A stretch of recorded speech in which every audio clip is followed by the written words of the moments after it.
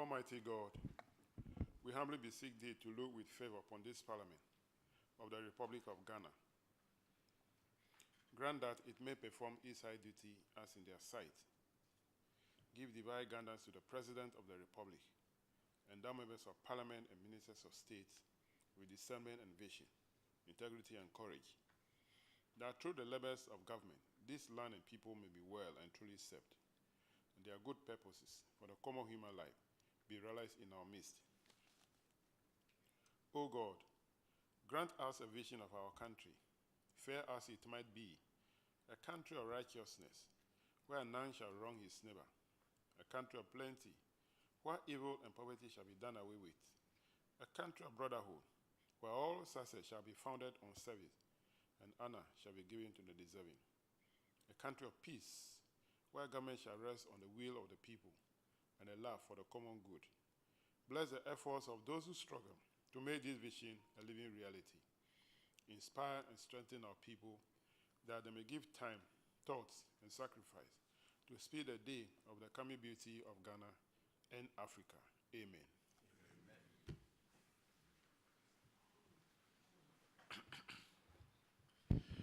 Good morning, honorable members. Welcome to the second day of the public hearing of the committee here in Ho, where the committee is considering the reports of the Auditor General for 2023.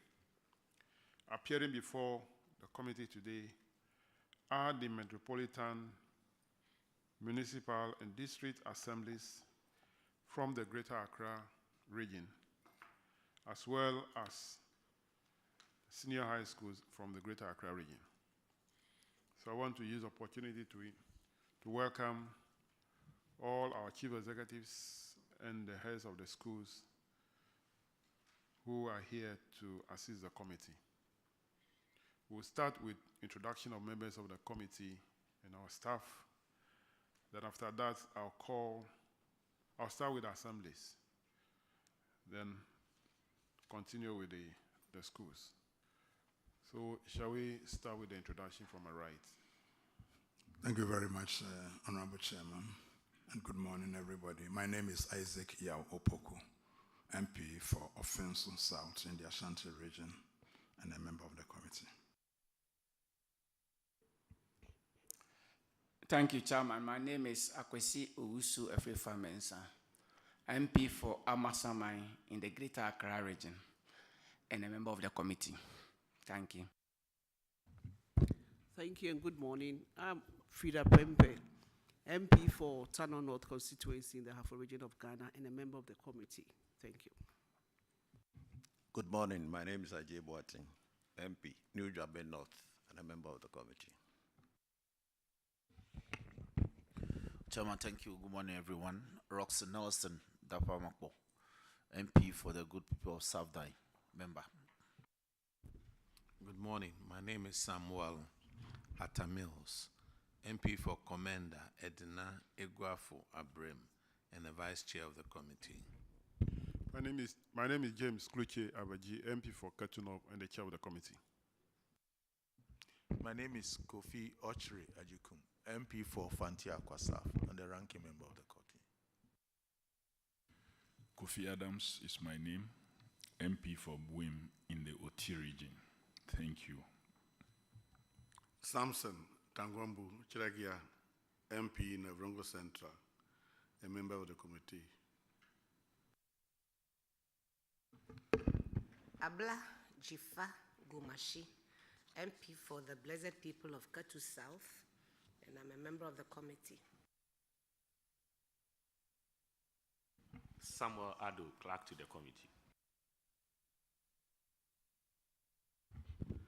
My name is Moses Ahiachi, outgoing Volta Regional Auditor. Thank you, Chairman. Good morning. My name is Robert Kofi Fiadio, Regional Auditor of Greater Accra. Good morning. My name is John Weza, Assistant Auditor General, Audit Service.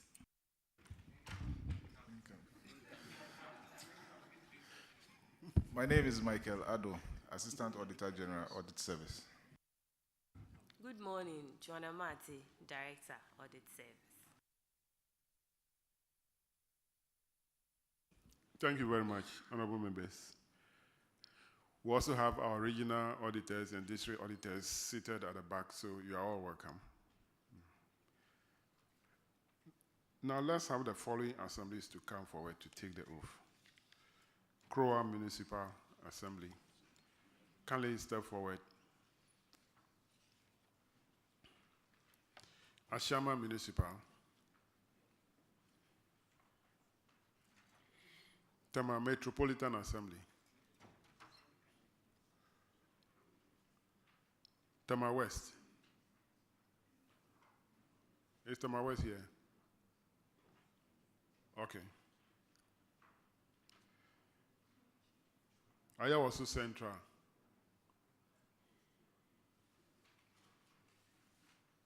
Adenta West.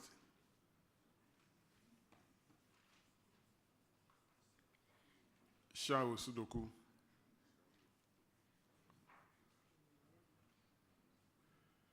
Gar-Akropong. Gar-Akropong. Thank you. And Ayawaso North. Let's start with this first. So, Clark, you can administer the oath.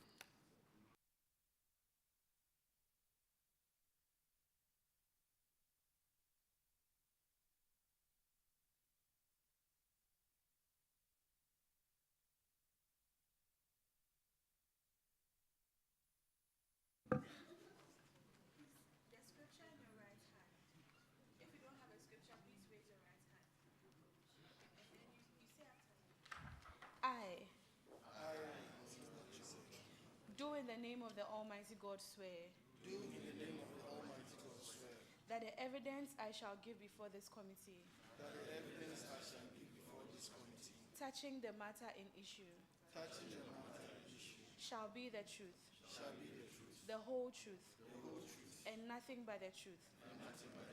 So help me God.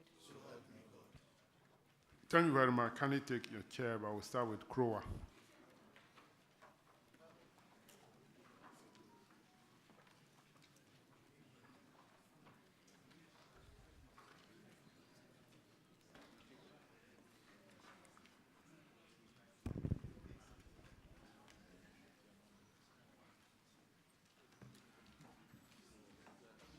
Krowor, kindly introduce yourself to the committee.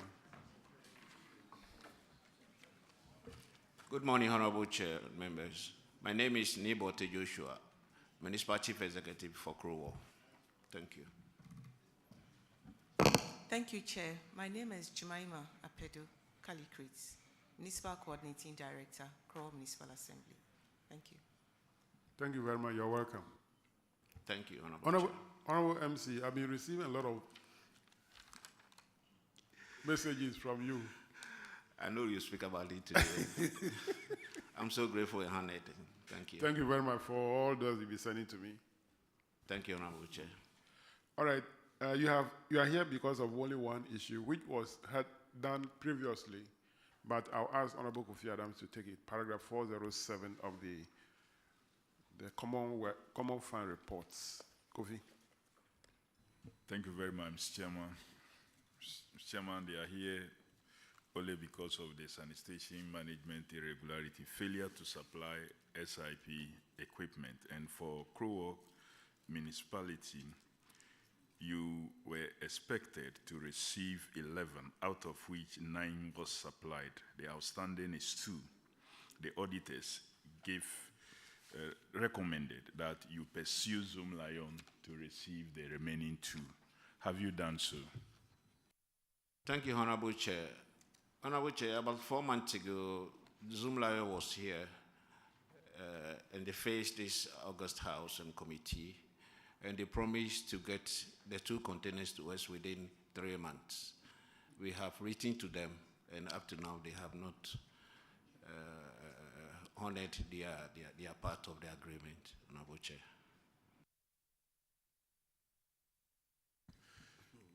Well, we have Zoom Lion here. Can you come forward. And I want to remind you of the oath you took yesterday, that you are under oath. So can you tell this committee why you are not able to supply them with the containers? Honorable Chair, good morning. In terms of the supply, like we have always said, all the 11 containers were supplied. 2 became defective, that needs to be replaced.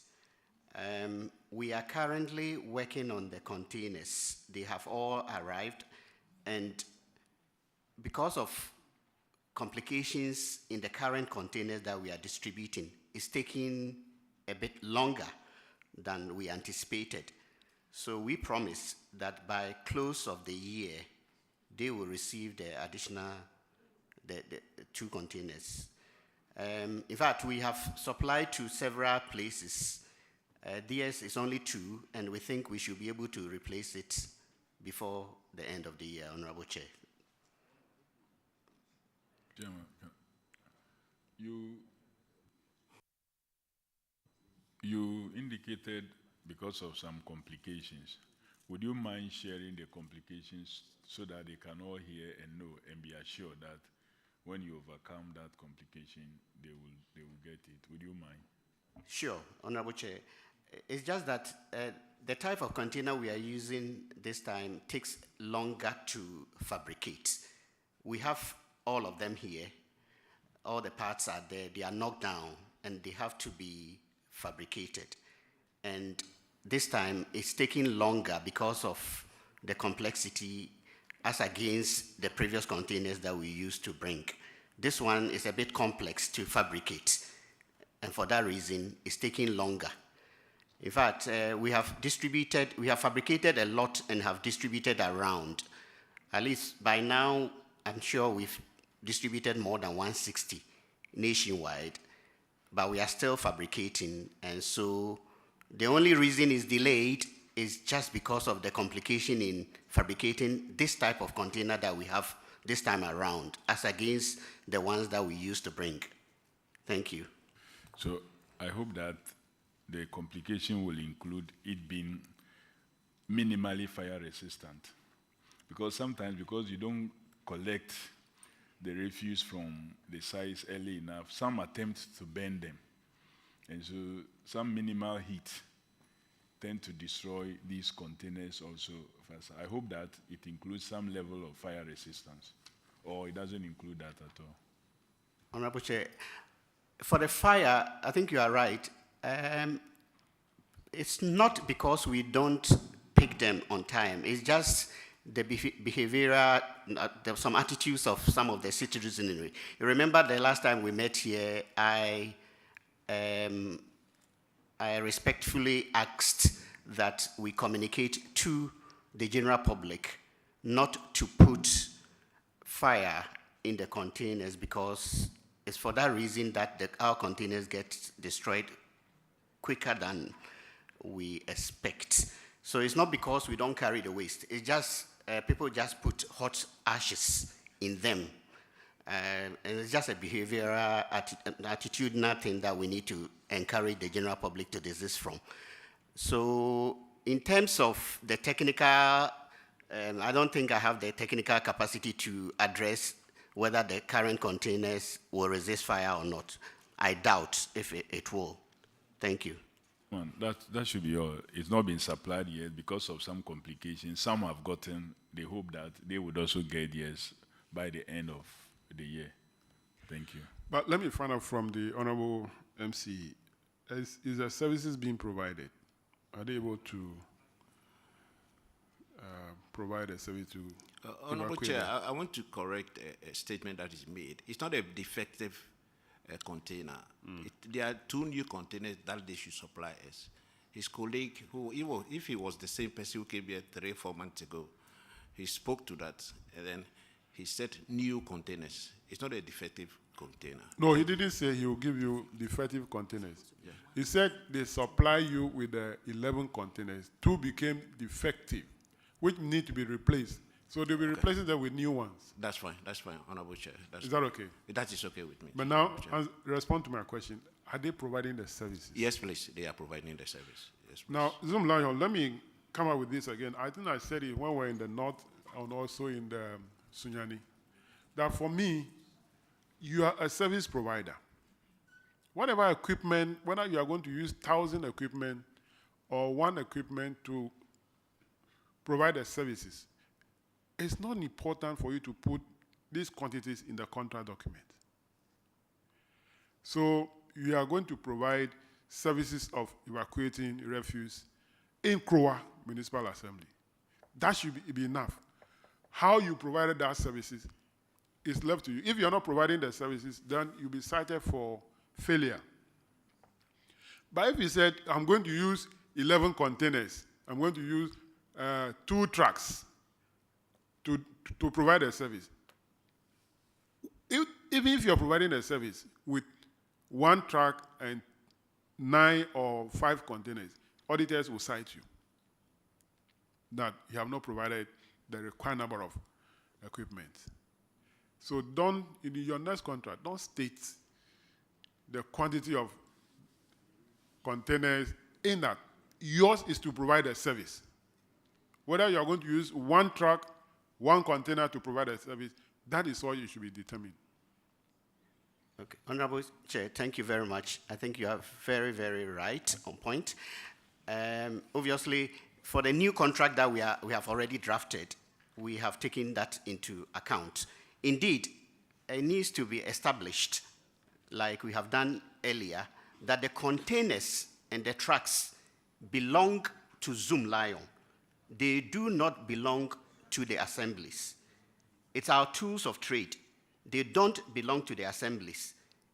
We use them to deliver the services. So like the chairman has rightly said, going forward, we will ensure that we do not even mention it in the contract and only concentrate on the contract execution. Thank you very much. All right, that'll be all for Krowor, your discharge. Thank you, Honorable Chair. Thank you. Let's have Ashiaman Municipal.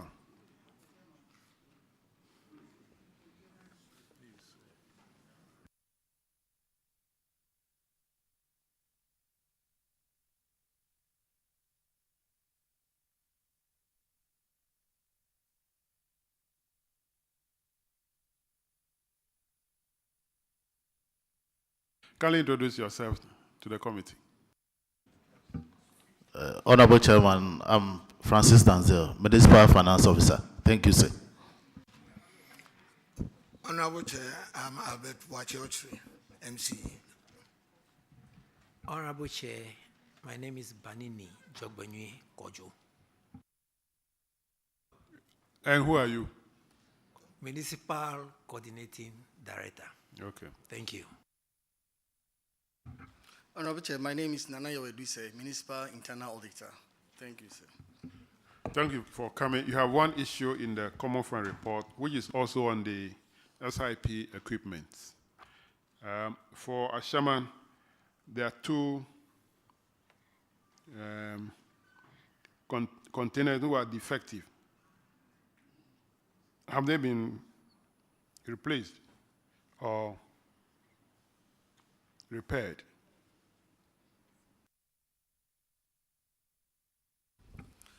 Honorable Chair, thank you. The defective machines have worked on and they are working effectively. All right, auditors, can you confirm this for us? Honorable Chair, they've been able to work on them and they are working effectively. All right, let's go to the IGF reports, paragraph 443. Honorable Frida. Thank you, Honorable Chair. This has to do with a missing motorbike with registration number M19GV923, which was assigned to one Isaac Jose Sechofe, Principal Technician Engineer at Department of Agriculture under the Ashiaman Municipal Assembly, which was stolen. The auditors noted that the Agric Director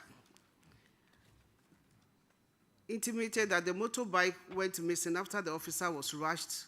It was involved in an accident and the officer was rushed to the Ridge Hospital when the accident happened. In his absence, the motorbike was stolen. Have you been able to recover the cost of the motorbike? Honorable Chair, the case has since been reported to the police. Follow-up has been made, and we are told it's still under investigation. But initially, when the accident happened, you didn't report to the police. So when did you report to the police? Because the auditors noted this before you reported the incident to the police. Honorable Chair, the case was reported soon after the accident.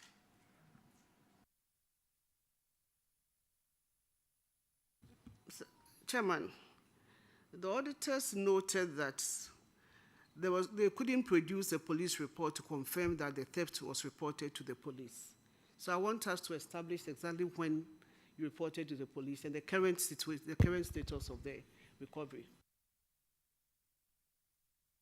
Honorable Chair, as indicated in the earlier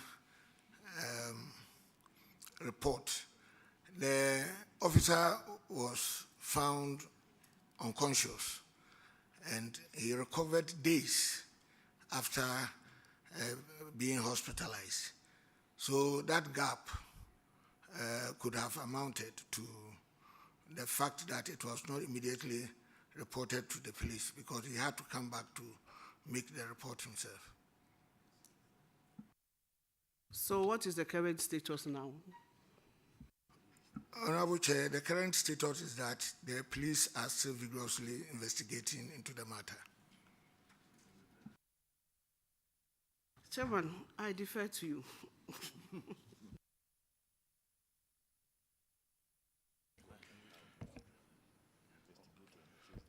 Go ahead. Sir, the motorbike, don't you have insurance on it?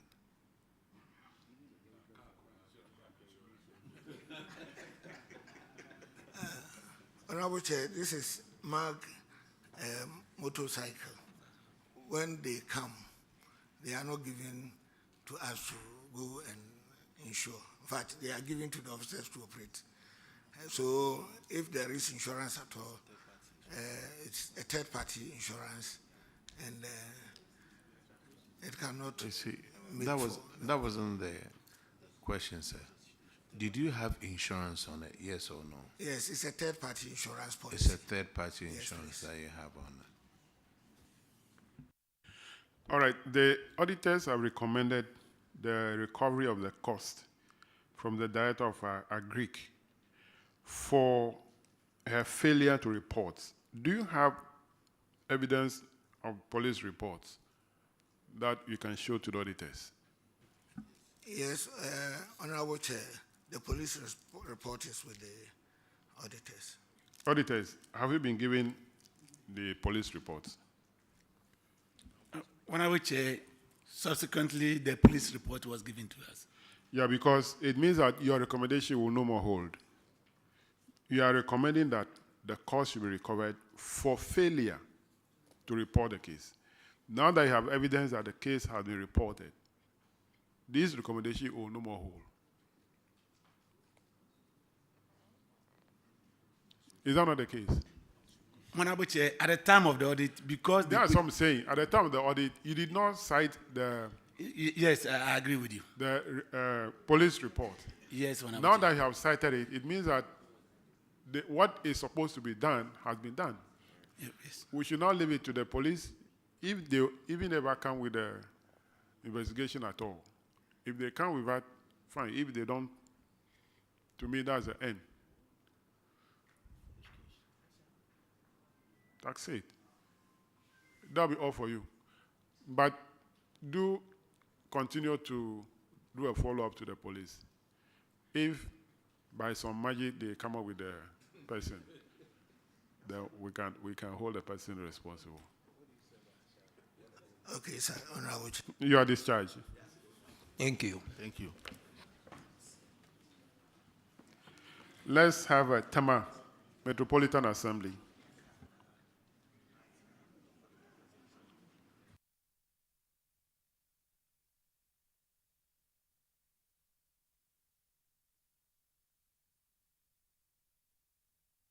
Kindly introduce yourselves to the committee.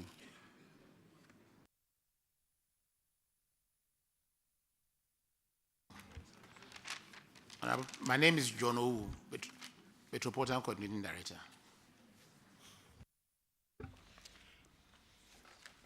Godwin Menyawovo, Metro Finance Officer. Honorable Chair, my name is Omar Mohammed, Metro Internal Auditor. Thank you for coming. Your mayor has sought permission. So you have one issue in the Common Fund report, paragraph 399. Honorable Sampson. Thank you, Mr. Chair. Here there's some 4 projects. All of them the same inadequate funds and late release of the District Assembly Common Fund. What is the status now? Honorable Chair, 2 of the projects have been completed and 2 have been terminated. I hope you have received all your common fund now. It's no more late received. The other 2 were IGF projects, construction of fence wall. So when do you hope to complete the IGF projects? Chairman, Honorable Chair, as I said, it has been terminated, so we are here to repackage it and award. So when? Okay, that when? When you terminate, it means you are ready to repackage. So immediately you have terminated the project, you have to quickly, because you can't leave them where they are. So when are you doing that? Honorable Chair, we do it in our 2025 budgets. We'll capture it in 2025 budgets. The Chair, 2 completed 2 IGF projects to be repackaged and other. They are not IGF, they are Common Fund projects. The other 2 are IGF. The 2 are IGF. It should be Common Fund because it's a Common Fund report. So I think you should withdraw that because you said 2 are IGF. Honorable Chair, I've withdrawn. They were Common Fund projects. Auditors, can you help us? Honorable Chair, the classroom block for the Methodist Day SHS has been completed. That of construction of fence wall at Tema here, completed. The sand crate block Valley, that one is terminated, and the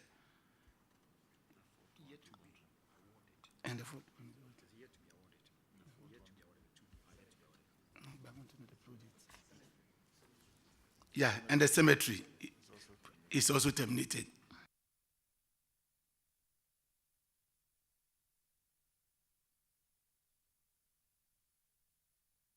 The cemetery project, Community 9, that one is about 1.8 million. Redevelopment of Community 9 cemetery. They are redeveloping the cemetery. What are you doing there? What is the redevelopment? Honorable Chair, it's a fence wall.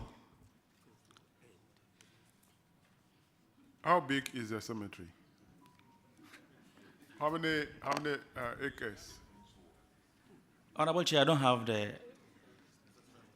Because the cost is 1.8 million. Yes. So it depends on the size of the cemetery.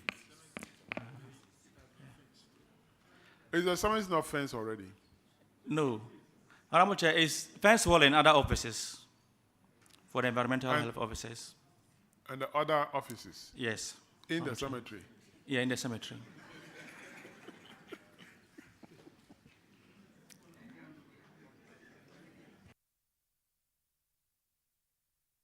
Is it like you are adding some other coats to the existing wall, or you broke the existing wall? As for the cemetery, it's big, but it has a wall around it. Is it that you are raising it further high, or you broke what is there and then redoing the wall?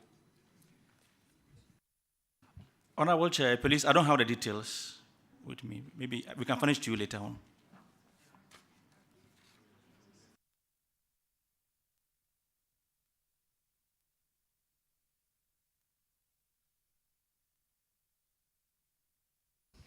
You don't have details. Is that what he said? You are the municipal Metro internal auditor. internal auditor. So what have you been auditing? This is an expenditure being incurred by the assembly. You are the internal auditor. You should know the state of that. And you don't have the details. Honorable Chair, I'm making reference to the drawings and then the designs, or the BOQ. Is you who told this committee that it is a fence wall and other offices that constitute the total cost? Now you are saying you don't have the details.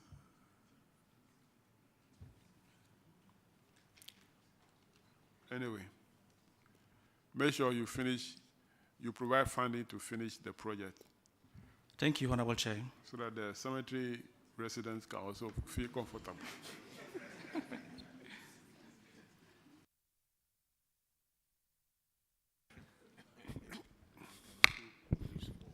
Let's move to the IGF report. Paragraph 409, Honorable Isaac Opoku.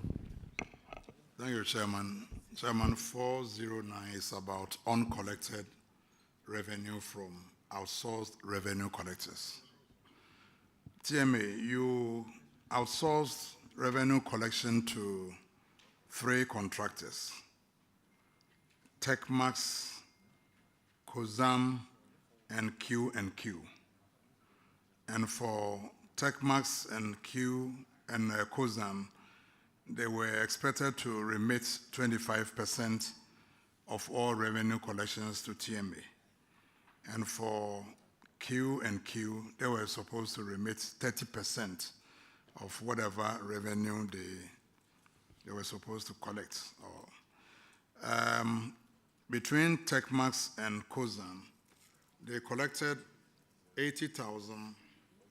No, they collected 332,984 Ghana cedis. And they were supposed to remit 80,996 to TMA. They ended up remitting only 25,457.25 Ghana cedis. And that constitutes only 7.9% of whatever was due you.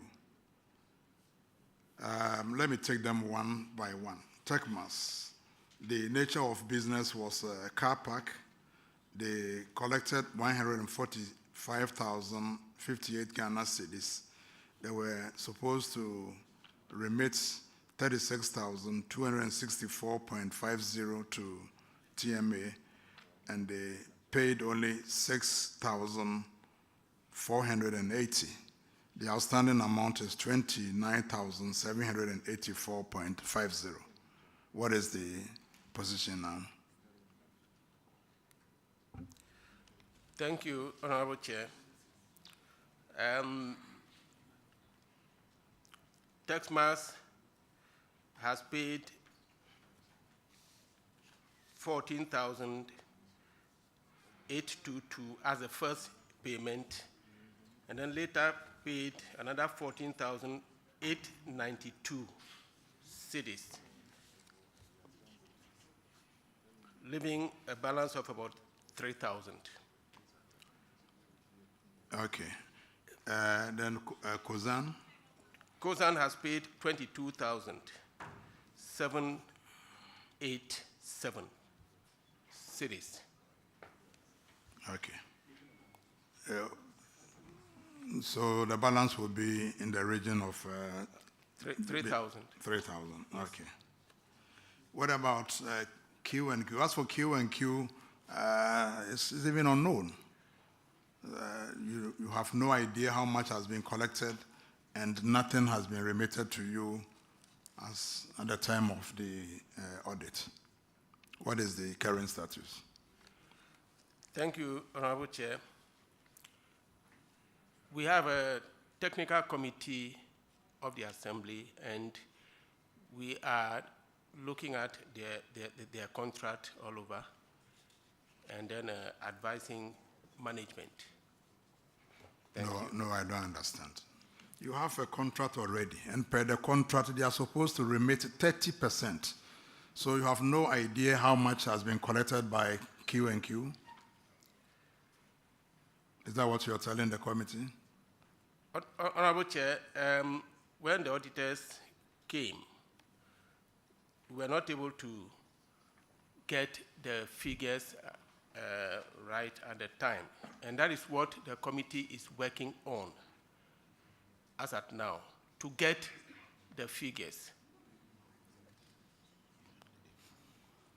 So since the report was issued, you have not been able to determine how much Q&Q has collected and how much is due you?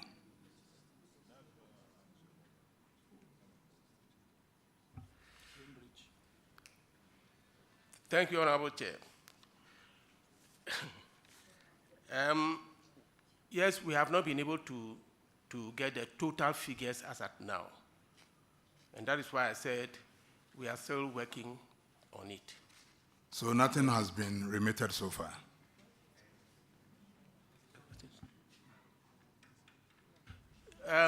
They paid some monies on account, I think 10,000 cedis, and then another figure some time ago.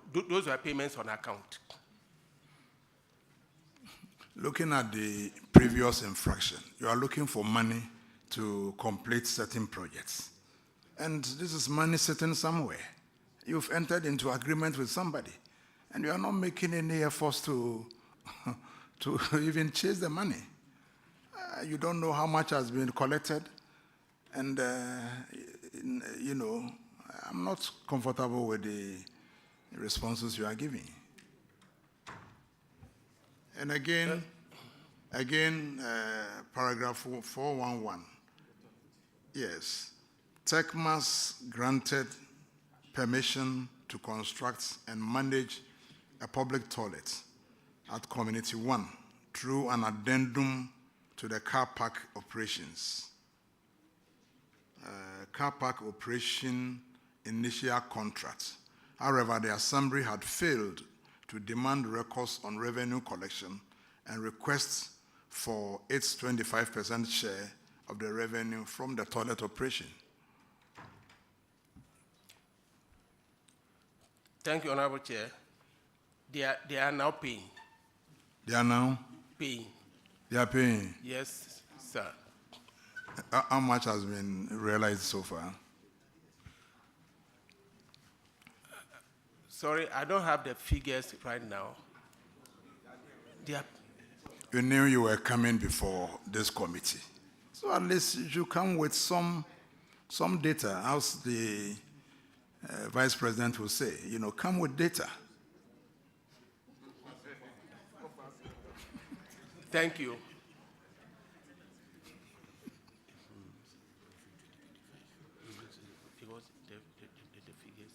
So you don't have... Are you referring to cooked data? Or what? Is it a cooked data you're referring to? Chairman, let me finish with my... Chairman, you give me the permission. So auditors, let's look at the figures they have mentioned so far.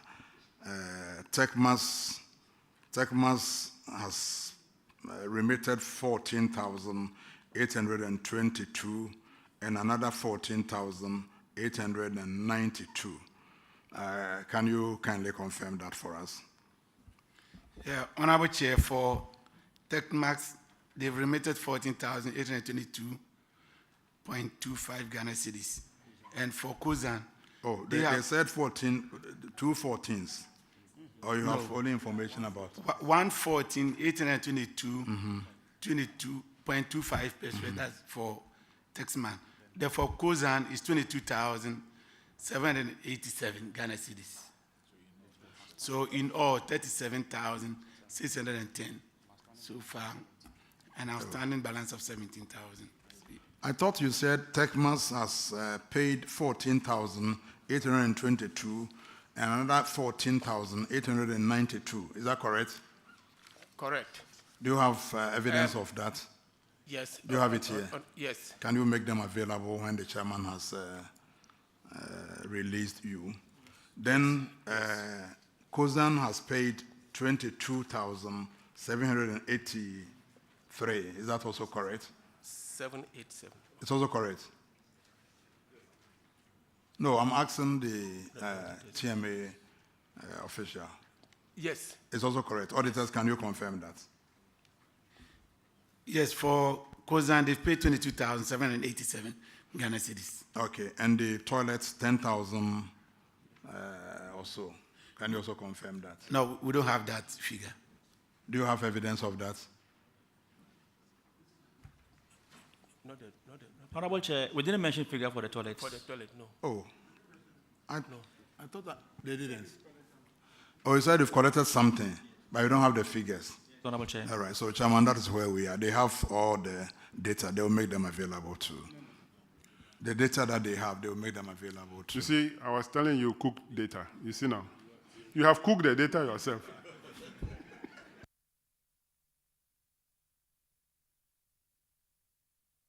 The data, come for debate, you are not coming. Because if data is cooked, how do I believe it? Chairman, come for the debate. Nobody had 10,000 here. Only you had 10,000. Chairman, come for the debates. Come for it. I can't debate wrong figures.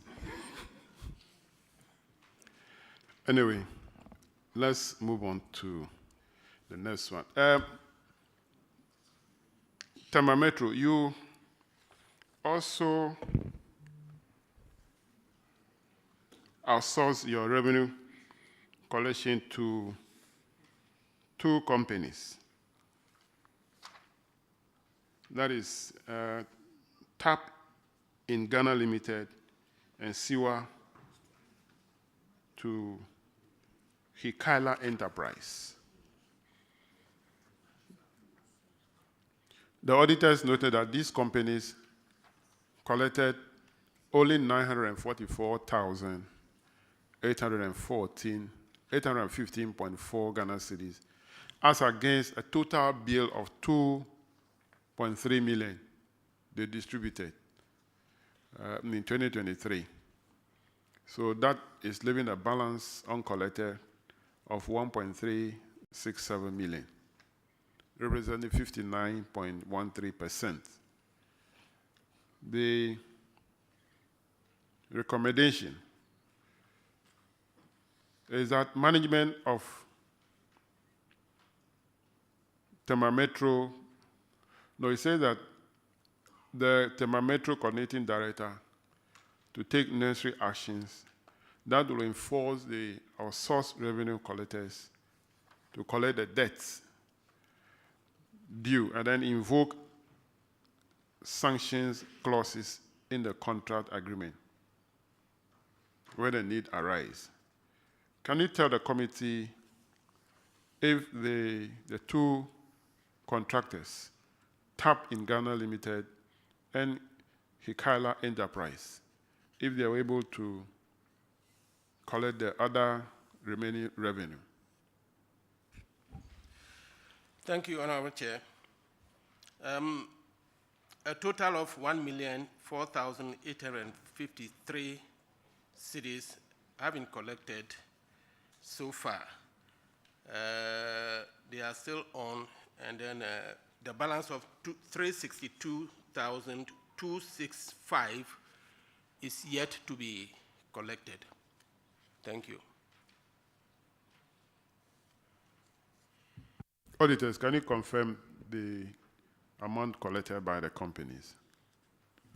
Honorable Chair, an amount of 1,004,853 Ghana cedis has been recovered, leaving a balance of 362,265 Ghana cedis. All right, so continue to pursue them. Are the companies still having the contract with Assembly? Yes, Honorable Chair. All right. Let's move to the next one. Paragraph 415 is uncollected debts, 3.9 million. These are for property rates for Tema Oil Refinery, Cocoa Board, Ghana Revenue Authority, SNITS, Balor Transport and Logistics Ghana Limited, Food Processors International Ghana Limited, Asempa Food Company, and Ghana National Petroleum. These are property rates that you have not collected from these entities, totaling 3.9 million. The recommendation is to pursue the recovery of this money. Have you been able to do so? Thank you, Honorable Chair. Yes. We have engaged the services of a lawyer to take the matter up, and they are in court. So far, an amount of 562,867 has been recovered. An additional 579,440.12 has been recovered, but that we are yet to furnish the auditors with the details. So can you give me the total of what have been recovered, both what you have furnished the auditors and yet to be furnished? Okay. So we have a total. Okay. We have a balance outstanding of 2.8 million. I say, what is the total you have recovered, not total, the balance? The total collection is 1.1 million. Okay. Auditors, can you confirm the 500,000 plus? Because according to him, there's another 500,000 plus which you have not been finished. Can you confirm the first figure? Honorable Chair, we can confirm an amount of 562,867 Ghana cedis. Okay. Tema Metro, this 1.1 million that you have recovered, is it from all the entities mentioned here? Is it all of them that have paid something that amounted to this figure? No, Honorable Chair, only 2 of them. That are paid? Yes. Can you mention those ones? Cocoa Board and then food processors. Cocoa Board. Cocoa Board. Cocoa Board paid how much? Cocoa Board paid 1 million. They paid 579,440 and 482,866.77. That give you the 1 million? Yes. And then food processors have so far paid 80,000. 80,000. Yes. So the 2 put together will give you 1,080,000, not 1.1 million. Which one? Okay. But you said you so far recovered 1.1 million. Now breaking it down, it's not up to 1.1 million.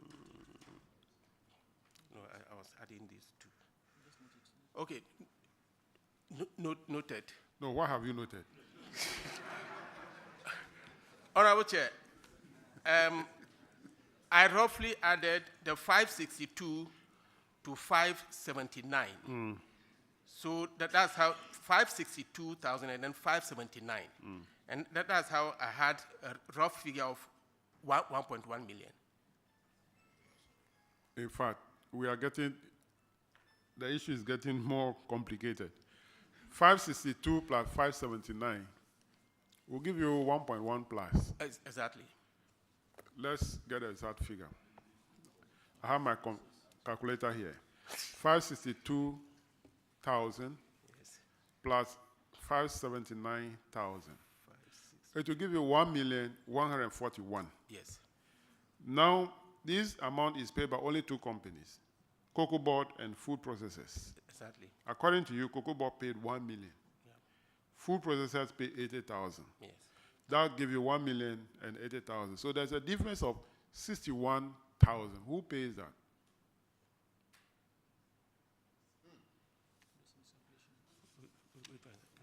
These 2. Yes, 1.1141 minus 1 million from Cocoa Board will give you a balance of 141,000 minus 80,000 from food processors. The balance is 61,000. Who pays that one? Okay. Honorable Chair.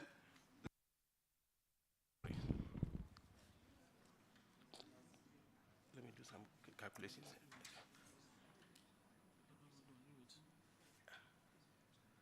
It seems the two here will not add up to. I'll give you time to go and do reconciliation. Can they do reconciliation with the auditors? But continue to pursue the balance. So the case is still in court? Yes. All right. Auditors, can they do reconciliation with them? Well noted, Chairman. Your last issue is paragraph 122, no, 422. Is a missing GCR booklet.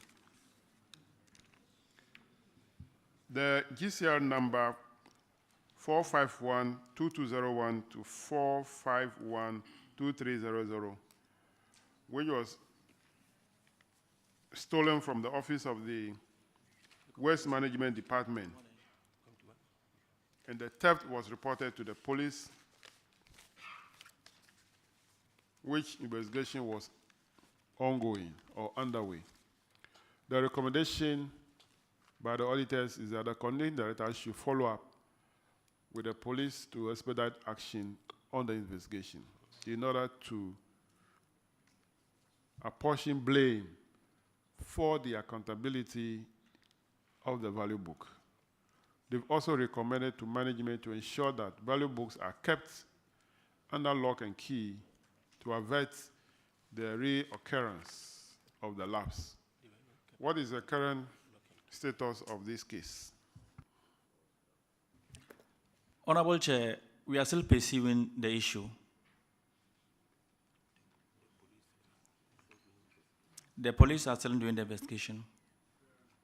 The what? The police at Community 1 are still pursuing the issue. How long has the case been with the police? About a month. Is it a year, 2 or 6 months, whatever?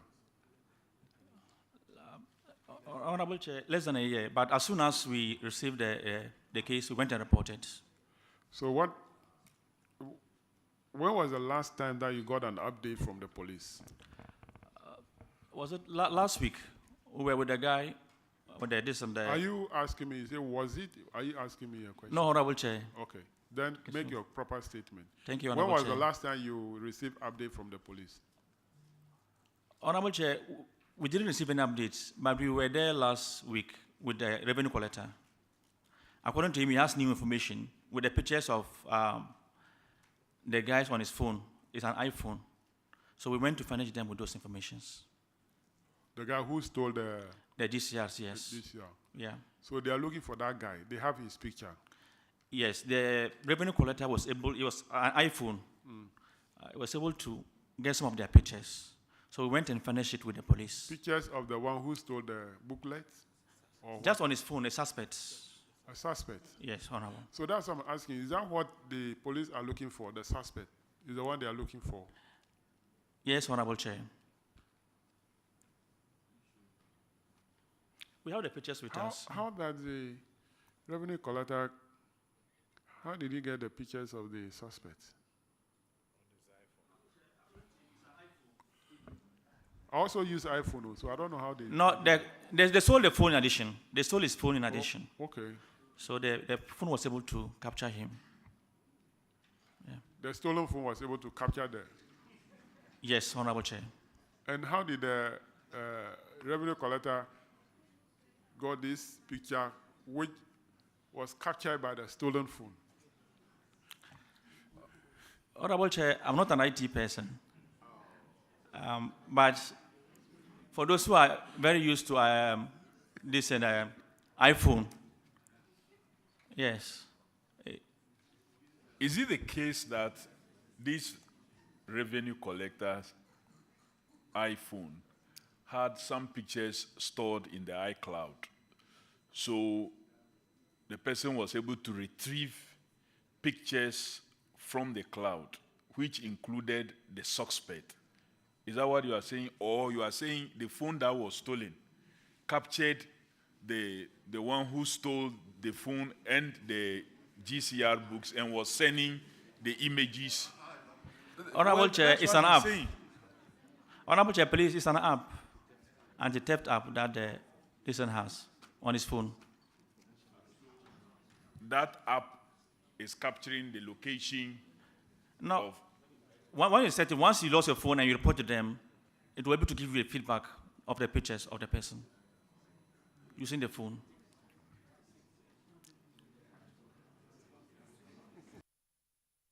Well, I use iPhone, but I don't know into detail about those ones.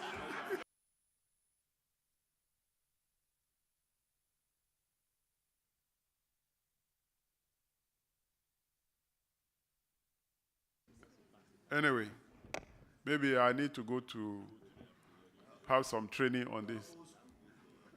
I'm not BBC. Oh.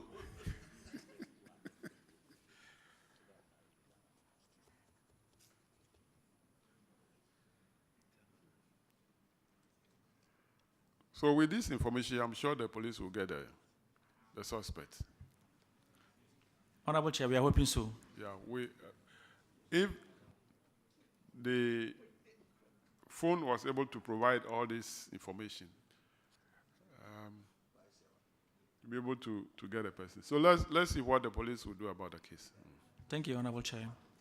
All right, so that'll be all for Tema Metro. You are discharged. Let's now have Tema West.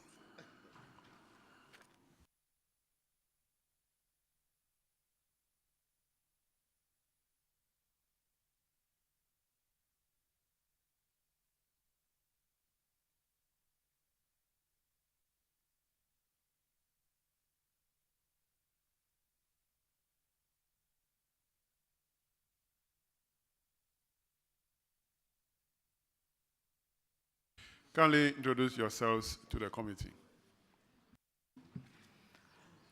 I'm Nancy Kumsin, Deputy Director Administration.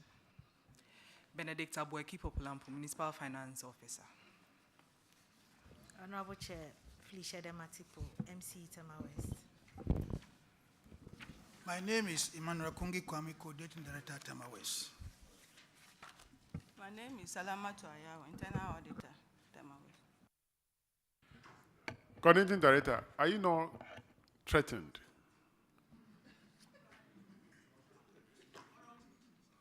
Honorable Chair, I'm used to the threat.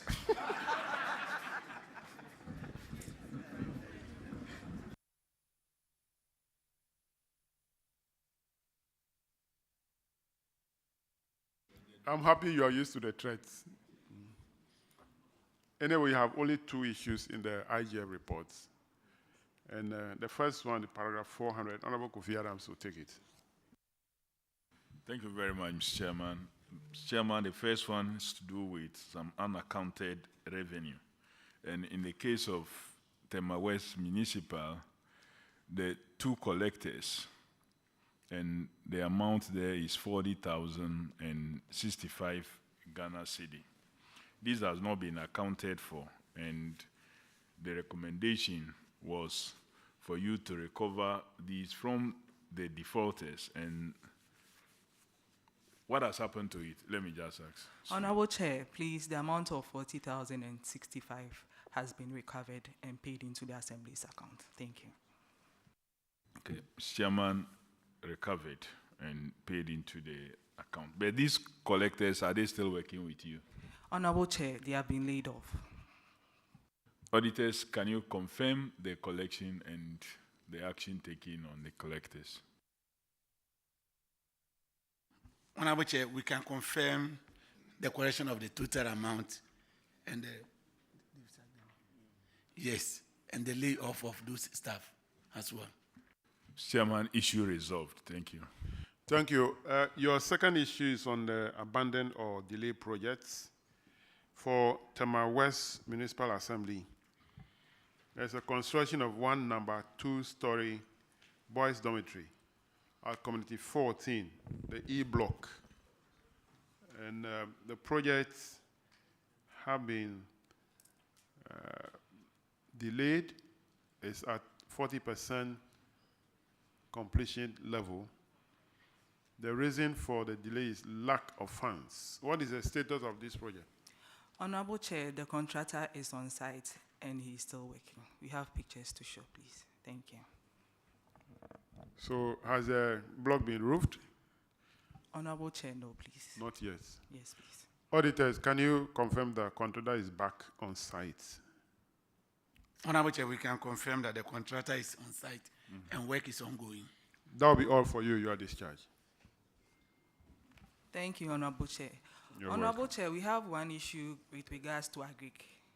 With what? Agric. Oh, is it there? Yes. You are, oh, 441, yes. You are prepared, fully prepared to answer the question, so that is good. We don't want to come here again. 441. It's on unaccounted payment, 3,100. Have you accounted for it? Honorable Chair, it has been accounted for. Thank you. Auditors. Honorable Chair, accounted for. Good. That will be all for you. Do you have any other one? No, please. Thank you.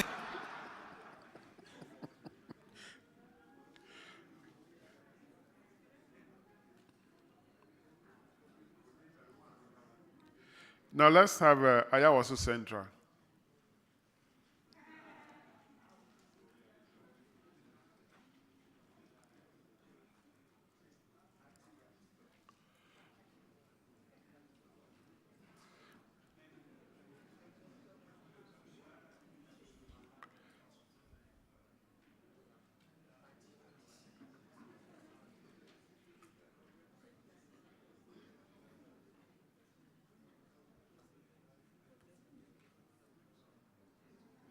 Kindly introduce yourselves to the committee.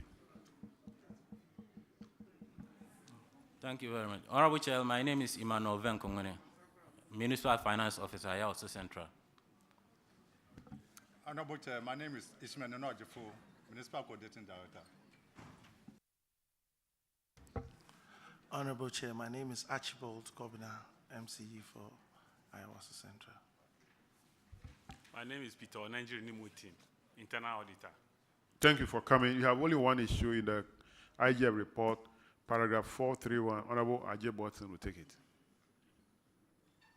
Thank you, Chairman. This one has to do with failure to redeem bond, and the amount of money involved is 100,105,594.40.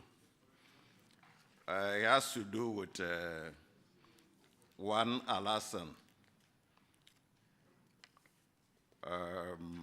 who went for a program, but it was sponsored and did not come back. So you were asked to, where's the recommendation? Okay, the coordinating director was to ensure recovery of the money. Has it been done? Honorable Chair, yes, please. The money has been recovered from the said officer. The entire amount? The entire amount? But the amount quoted is not what is in our records. How much have you recovered? It's 11,967.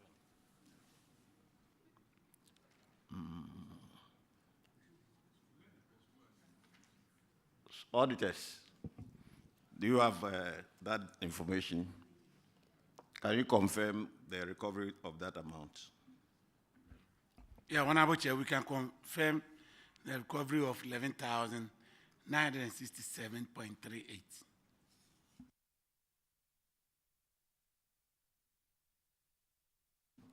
Is that the entire amount that was supposed to have been recovered? Honorable Chair, yes, please. That's the amount officer is supposed to pay. The auditors, the auditors.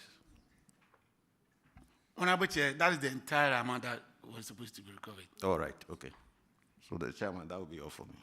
All right, it means that the figure in the report is an error.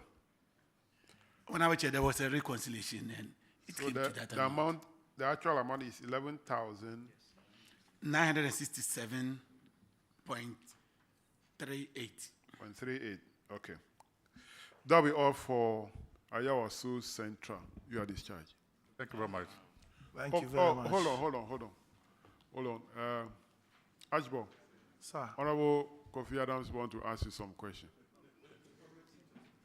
MC, thank you so much for coming. I think your municipality is one that has a lot of traffic lights because you have a number of roads connecting. But many of these street traffic lights seems not to function. And so it's resulting in a number of accidents. What are you doing to help in restoration of some of these traffic lights? Some of them either hit by cars or some of them just off. There are a number of them not functioning within the Ayawaso Central area. Thank you, Honorable Chair. Let me take the opportunity to say hello to my big sister and big brother. Honorable Chair, we have 4 street traffic lights. 2, the one at Joy FM, and then the second one at the top radio side. Then one at Aveno Junction, and then the other one. I think it's just basically about 3 traffic lights. We'll look at it and make sure that they are functioning, sir. Honorable Chairman. They're working very well, but that's why I'm saying that, Honorable Chair, we'll look at them and ensure that those that will be having problems will be taken care of, sir. Are they your responsibility? Yeah, within the municipality, at least we work with the urban roads to ensure that they are sorted out and fixed. Okay. All right, so that'll be all for you. You are discharged. Thank you very much. Let's have Adenta West. Adenta West. Adenta West, are you here?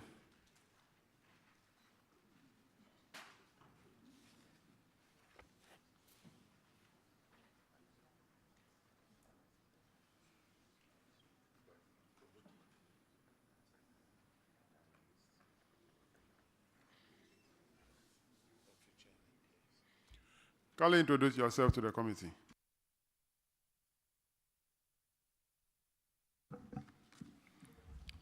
I'm Ephraim Anku, Internal Auditor. My name is Kojo Bojenfi, Coordinating Director. Honorable, my name is Charles Kisiamache, Head of Works Department. Thank you for coming. You have one issue in the Common Fund report, paragraph 399. Honorable Isaac Opoku will take it. Thank you very much, Honorable Chairman. Chairman, 399 is about delayed stroke abandoned projects. And at Adenta West, you have 3 projects which have been abandoned or delayed. The first one is construction of DCE bungalow at Sege. The next one is construction of DCD bungalow also at Sege, and construction of 1 number semi-detached staff bungalow at Sege. Let's take them one by one. The DCE bungalow, which is at 50% completion, what is the status? Thank you, Honorable Chair. With the DC bungalow, the contractor is currently on site, and it's 70% complete. Okay, and the DCD bungalow? With the DCD bungalow too, the contractor is on site, and it's 65% complete. And the 1 number semi-detached staff bungalow? With the 1 month semi-detached, the contractor is currently not on site. It's 50% complete, Is what? 50, 50. Right. 50? Yes. Oh, that is lower than what the auditors have reported. Auditors are saying it's 65. It's 65, sorry, 65 rather. Oh, okay. 65%, but the contractor is currently not on site. The auditors picked the issue. We engaged the contractor verbally as well as sending letters to him to invite him, but he's not under the invitation yet. So management is preparing towards terminating the contract. All right. Auditors, can you confirm that the DC's bungalow is currently at 70% completion level and that the contractor is back on site? Honorable Chair, we can confirm that. And then the next one, the DCD one. Honorable Chair, we can also confirm that the DCD one efforts is also ongoing, but for that of construction of one normal semi-detached staff is on hold now. All right, Chairman, I think we can make progress.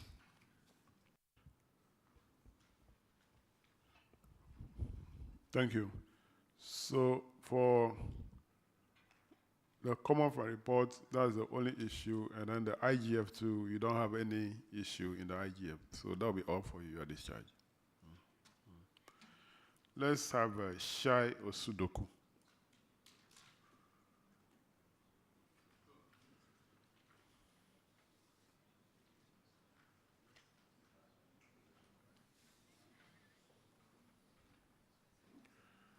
Kindly introduce yourself to the committee. Benjamin Kwabla, Finance. Vivian Akukugbe. Sorry, we didn't hear you. Benjamin Kwabla, Finance. Okay. Vivian Akukugbe, Internal Audit. Abdulrahman Suleiman, Deputy Director.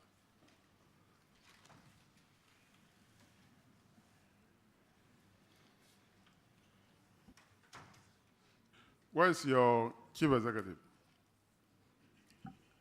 Mr. Chair, he's not feeling well, so we brought in a sick. Okay. All right, you have two issues in the Common Fund report. The first one is paragraph 382. 382 is on failure to allocate funds to the local governance substructures. For Shai Osudoku, you were supposed to allocate 70,990 Ghana cedis for part of 2022 and 2023 to the substructures, but you have not been able to do so. The auditors have recommended that the Assembly should ensure compliance with the DACF guideline and allocate the total amount of 70,990 to the substructure for the implementation of their programs. Have you complied with this recommendation? Thank you, Honorable Chair. I believe we've done that, and funds have been transferred to the various substructures. Please confirm for me, please. Honorable Chair, subsequently, the allocation has been done to the substructures. Okay. Your next infraction in the same Common Fund report is paragraph 407. It's on failure to provide SIP equipment for Shai Osudoku, 6 containers and 1 skip track. Have they been provided? Honorable Chair, Zoomline has provided us with 1 truck and 3 containers with 2 outstanding.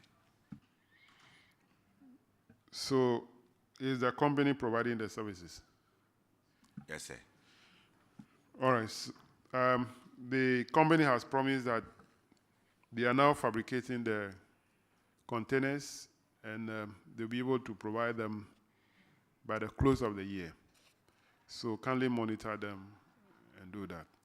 So I will not ask Zoom Lion on this because we have information on that already.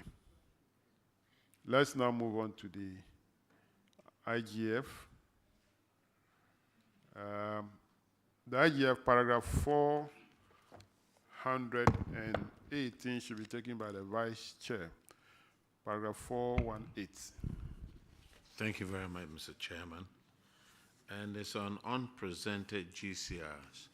And Shai Osudoku, you have 36 of them. What has happened to these GCRs? Thank you, Honorable Chair.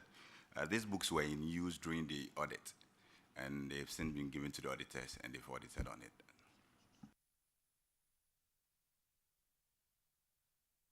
Auditors, could you confirm that you've seen these GCRs?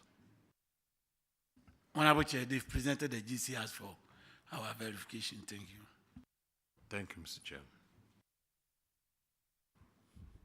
Let's go to,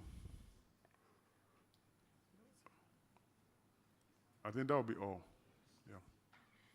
That will be all for Shai Osudoku. You are discharged. Thank you, Honorable.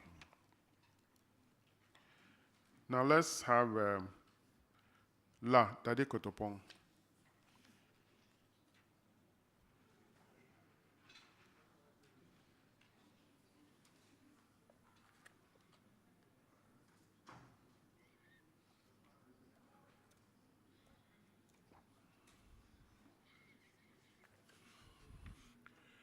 Kindly introduce yourselves to the committee.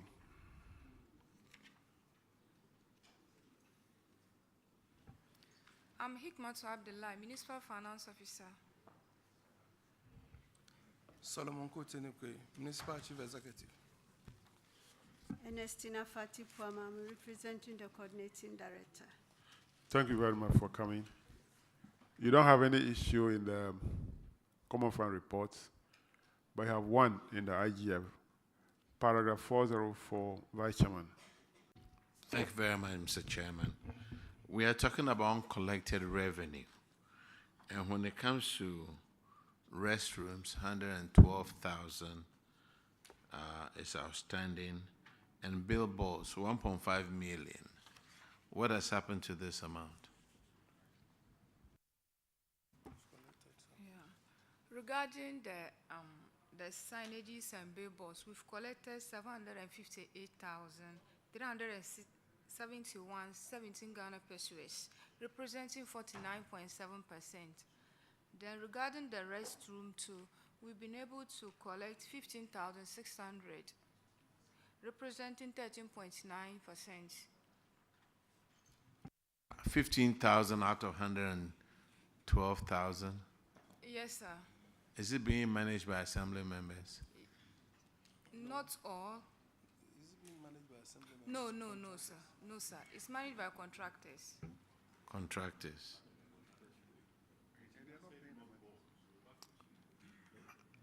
Auditors, could you confirm the amounts given, please? Honorable Chair, for the restrooms, they've recovered 15,600. And that of the billboards, they've recovered 758,371.17 Ghana cedis. Thank you. When are you going to collect the rest? Honorable Chair, we are making the efforts to collect. I know, but when are you going to collect the money? With the billboard, we have a task force and we are pulling some of them down, so they are coming in one after the other to pay. But what about the washrooms? People have already used it. We've invited the contractors, and so we are making, if they are not able to pay by the close of possible this month, we are going to take it from them. But how many months accumulation is this?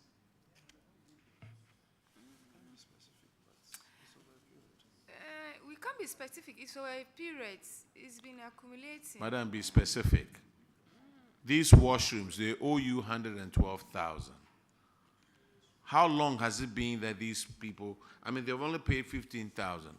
They are collecting the money, but they are not giving it to the assembly. How many months in arrears? It's about a year now, sir. So a year is a long time. And how many more years should we go before you either terminate the contract or get some action on this? We've given them final warnings, sir. I'm sorry? We've given them final warnings, so by the close of this month, a decision will be taken. Hey, Abenjuma.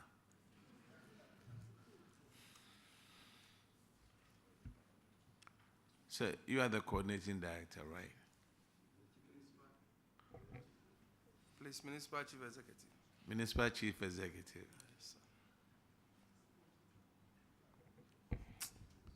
Maybe if we cut you off common fund and you have to live on IGF, you have a sense of urgency in collecting these amounts. Thank you very much, Mr. Chairman.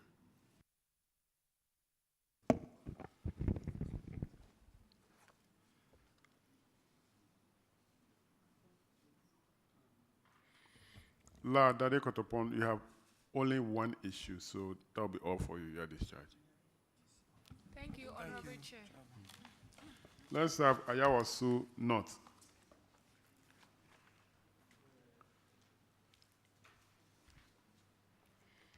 Ayawasu North.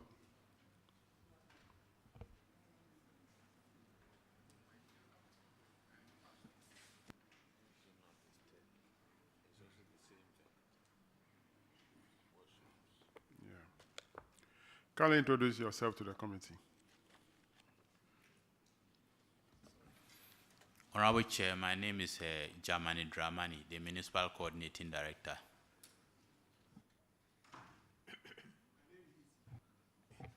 My name is Steve Losamakwa, the Municipal Finance Officer. Thank you. Honorable Chair, my name is Henry Ford Akakpo, the Internal Auditor. Thank you very much for coming. Your MC has asked permission. Your issue is only one in the IGF reports, paragraph 404, uncollected revenue. This is in relation to restrooms, 28,366 Ghana cedis. Have you recovered the money from them? Honorable Chair, thank you. We've been able to collect 20,724 Ghana cedis. The rest of the restrooms, which are 8 in number, have been closed down, Honorable Chair. The rest of the restrooms have been closed down? Yes, Chair, Mr. Chairman. But are they contractors who were in charge of the collection? No, sir. It was our revenue. Assembly? Yes, sir. Who were collecting. Okay. All right. Auditors, can you confirm the recovery of 20,700 plus? Honorable Chair, an amount of 20,724 Ghana cedis recovered, leaving a balance of 7,642. Then the restrooms have been closed down. What are you doing about them? Close them permanently, or are you going to renovate them? Yes, Honorable Chair. Indeed, we are taking steps to get them reconstructed. What steps are you taking? Proposals have been brought by various people, and we are looking at it. Oh, so you want to do some kind of a PPP? Exactly, sir. All right.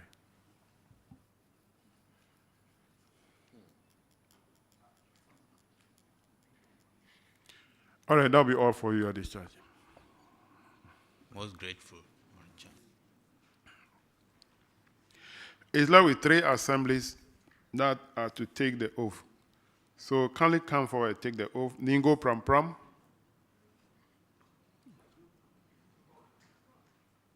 Wejagbawe. I'm told it's the same as Gar-South, isn't it? Gar-South is different. Uh-huh. Wejagbawe, Adentan East, and Gar-South. There are 4 assemblies. Wejagbawe, Ningo-Prampram, Adentan East, Gar-South. No, it's the Eastern region. It's a mistake. When they finish,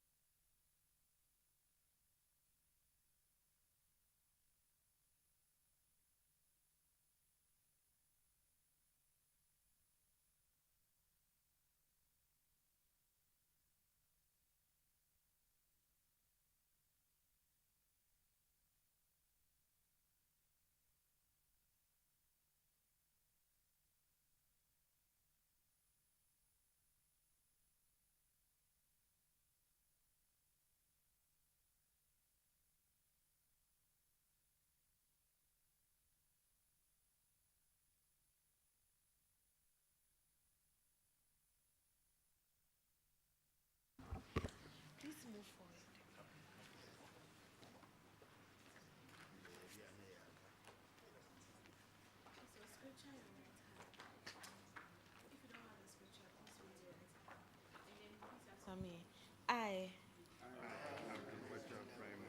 do in the name of the Almighty God swear.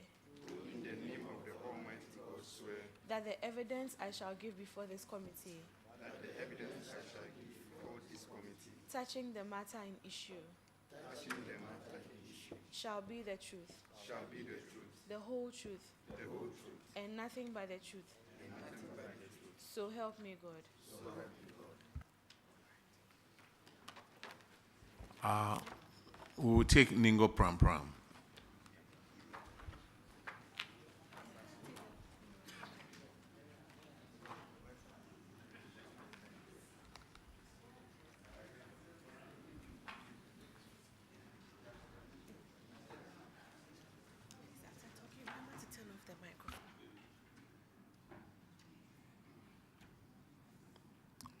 Introduce yourself to the committee, please.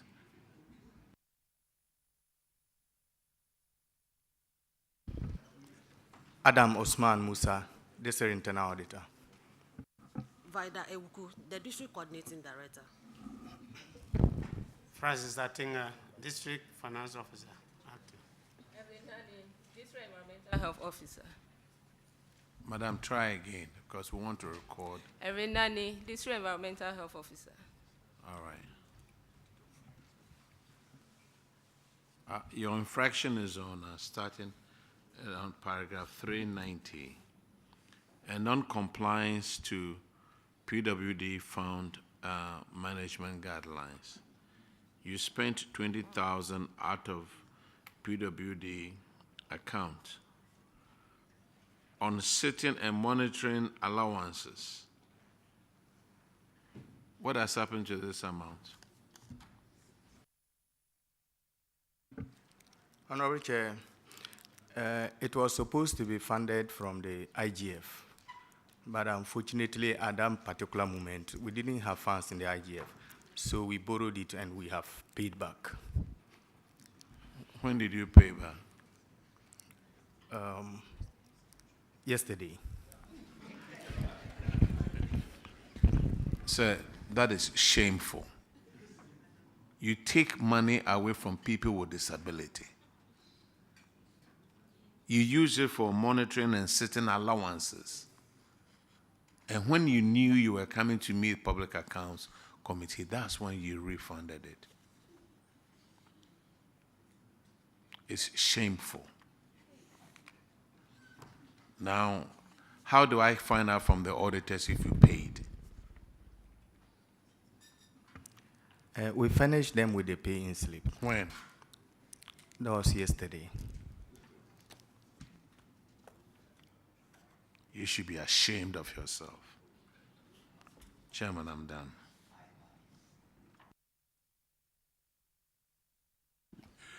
Can auditors confirm?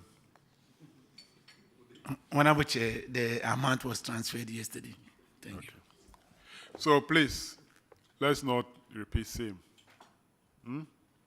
Yes, Honorable Chair. When you borrow money from people with disability, try as much as possible to pay back on time. Yes, Honorable Chair. But the borrowed amount was used for the people with disability. It's for their meetings and their monitoring. You're not supposed to use that money for their meetings. Okay? No, Honorable Chair. We only exceeded the administrative. You are supposed to use the money to support them, not to spend it for tea and what did you spend the money on? Tea and soft drink and biscuits for their meeting, isn't it? So their meetings. You have to use the IGF for their meetings expenditure. Yes, Honorable Chair. But this money is to support them. Noted, Honorable Chair. Right. We will not repeat that again, sir. Let's go to the next one. Paragraph 399 is on delay stroke abandoned project. And Ningo-Prampram, You have, yes, in Ningo-Prampram. You have 4 projects. Construction of fence wall at Nibda Assembly Hall at Prampram. Renovation of Prampram Palace as court, 3-unit classroom block at Prampram. And construction of 3-unit classroom block at New Ningo. So there are 3 projects actually. What is the status of this project? Except the fence wall, all the projects are completed. Okay. What stage have you reached for the fence wall? Is it still at a 70%? Yes, 70%. Auditors, can you confirm that the other 2 projects have been completed? Honorable Chair, we are yet to go and confirm the completion of the project because we were informed yesterday that those projects have been completed, which we couldn't go to confirm. So we'll do that maybe after a year.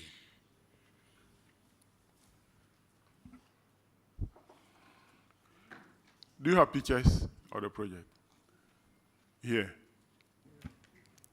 Honorable Chair, we'll furnish you with the pictures. Unfortunately, we didn't bring the pictures. Okay, furnish. Okay, you don't need pictures. Yes. I thought you have it here. But so for that the we can show it. auditors, we furnish them with it. The auditors will go and then do the verification. What are you doing about the fence wall? Honorable Chair, we have engaged the contractor to go back to site as of 3 months ago. All right. Paragraph 407, Honorable Ajay Boatin. Thank you, Chairman. 407, this relates to failure to provide SIP equipment. Ningo-Prampram, under the service agreement, you were to be provided with 11 containers and 2 skip trucks. At the time of the audit, 6 containers had been supplied and 1 skip truck. What has happened now? Has the Honorable Chair, provided? it's now 7. They've provided 7, leaving 4. So we are still following up for the remaining 4. That is the containers. How about the truck? The truck is 1. You are supposed to have 2 or 1. Honorable Chair, we are supposed to have 2, but they gave us 1. So what has happened with the other one? We are still following up, and they promised they will deliver. Right. Okay, so let's check up on the containers. The auditors, they are talking about 1 additional that has been supplied. Do you have information on that? Yes, when about a picture was sent to us yesterday, so we can confirm that.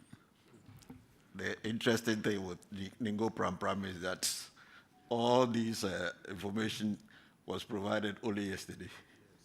So it makes it difficult for anybody to really check to find out whether it's the case. What about the service? Is the company providing the service? Yes, Honorable Chair. But there are still outstanding containers and 1 truck. I don't know whether Zoom Lion can give us information on that. Well, we'll take the earlier response that they gave.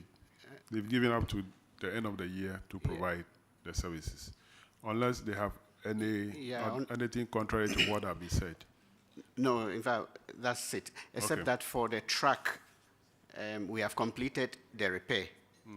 And so it's just left with spraying. So we should be able to give it to them very quickly. We have repaired it, and so we are only going to spray and then return it to them. All right. Okay, Chairman, that will be all. Let's go to the IGF report. Paragraph 437.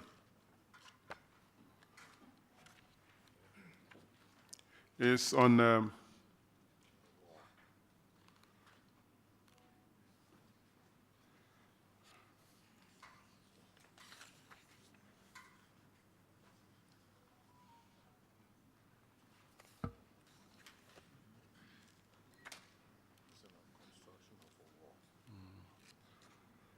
437. Ningo-Prampram. Construction of a fence wall around departmental offices of the Assembly, which is at 55% completion level. What is the status of this project? Honorable Chair, I responded on this issue, the fence wall over the offices.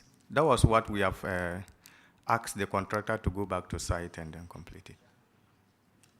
That's the fence wall. Is it different from the earlier one, or the same? It's the same thing, Honorable Chair. Auditors, can you confirm that the fence wall around the offices, yes, and what you quoted in paragraph 399 of the Common Fund report, let me quote the exact thing that you put there. Paragraph 399, Ningo-Prampram, construction of fence wall at NIBDA Assembly Hall at Prampram, which the contractor's name is Jovima Enterprise. Is it the same thing? Honorable Chair, yes, it's the same thing because it's a 50-50 contribution towards it's IGF and then Common Fund. Okay. So its delay in completion is as a result of the delay in the release of Common Fund. That's why it's there. But the IGF performance has taken shape. So the other, for the IGF, the contractor is what? Prince Adus? Yes. Prince Adu International Company Limited. Honorable Chair. All right, auditors, can you confirm this? That the same projects funded from both IGF and Common Fund, and there are two contractors. Can you confirm?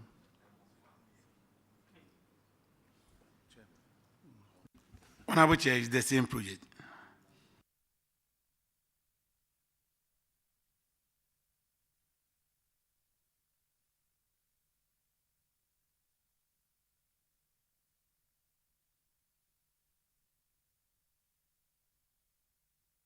All right, Ningo-Prampram, that will be all for you.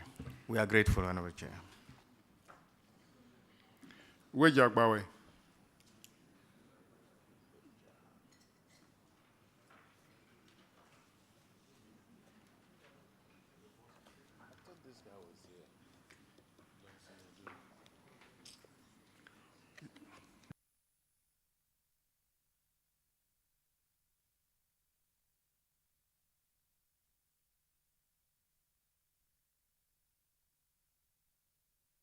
Kindly introduce yourself to the committee. Good morning. My name is Rebecca Awu, the Development Planning Officer.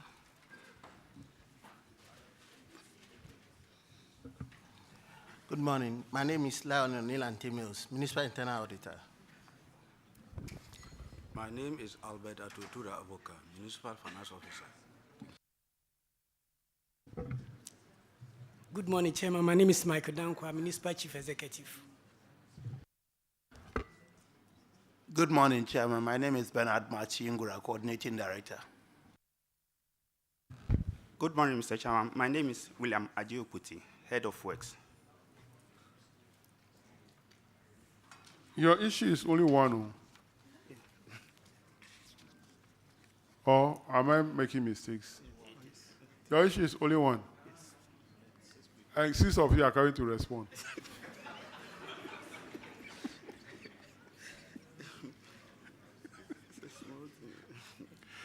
Anyway, paragraph 394. Honorable Johnson Edu. Thank you, Chairman. This paragraph has to do with completed projects not in use. The Auditor General's report has it that the construction of a septic tank for your abattoir project, valued at 223,752 Ghana cedis, was completed in April 2023, but had not been put in use. The reason being that the pipes at the various operation centers that will connect all the sewage to the tank had not been installed because it was not part of the contract sum. Can you give us the current status of this abattoir? Honorable Chairman, it has been done and certificate have been raised, but I think we are about to inform the external auditors about it. It's in use now, sir. Why are you yet to inform the auditors? When was it completed? Actually, on the 9th September. This month? Yes, please. But you should have informed the auditors of the completion.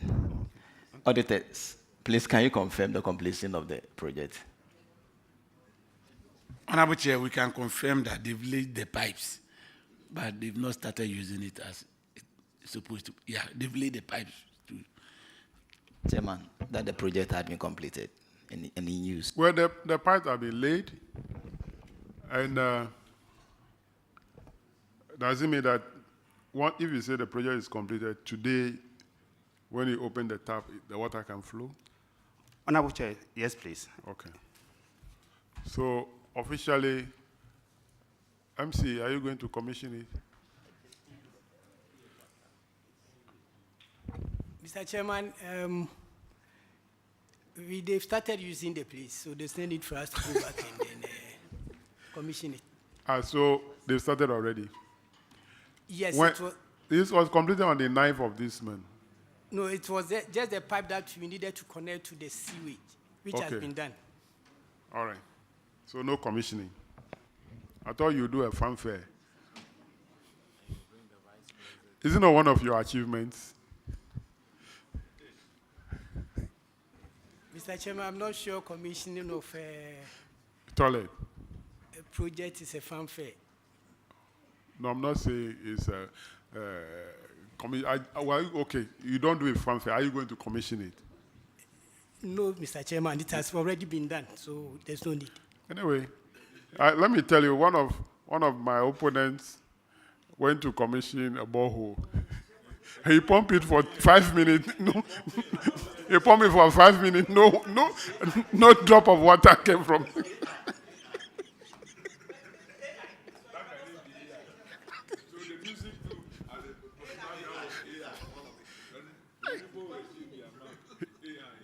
He was pumping it for 5 minutes. Oh, no.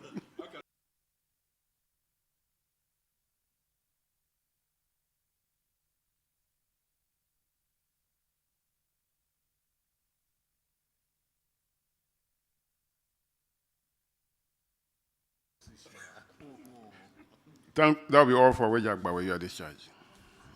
Thank you, Mr. Chairman. Let's have Gar South. Gar South, are they here? I'm told Gar South and then Wejagba, they are different assemblies, isn't it? So Gar South is not here. Okay, let's have Adentan East.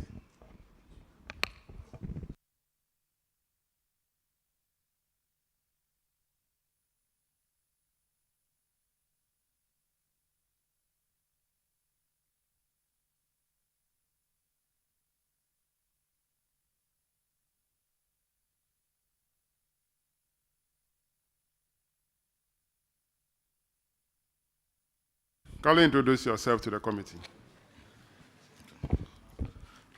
Good morning, Honorable Chair. My name is Jerison I, the District Coordinating Director. I am Abdul Wajab Brahima, District Budget Analyst. I'm Intim Jaco, the Development Planning Officer.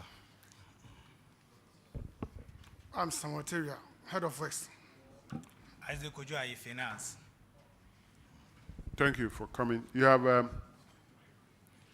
number of issues. Put off your mics. Microphone, put them off.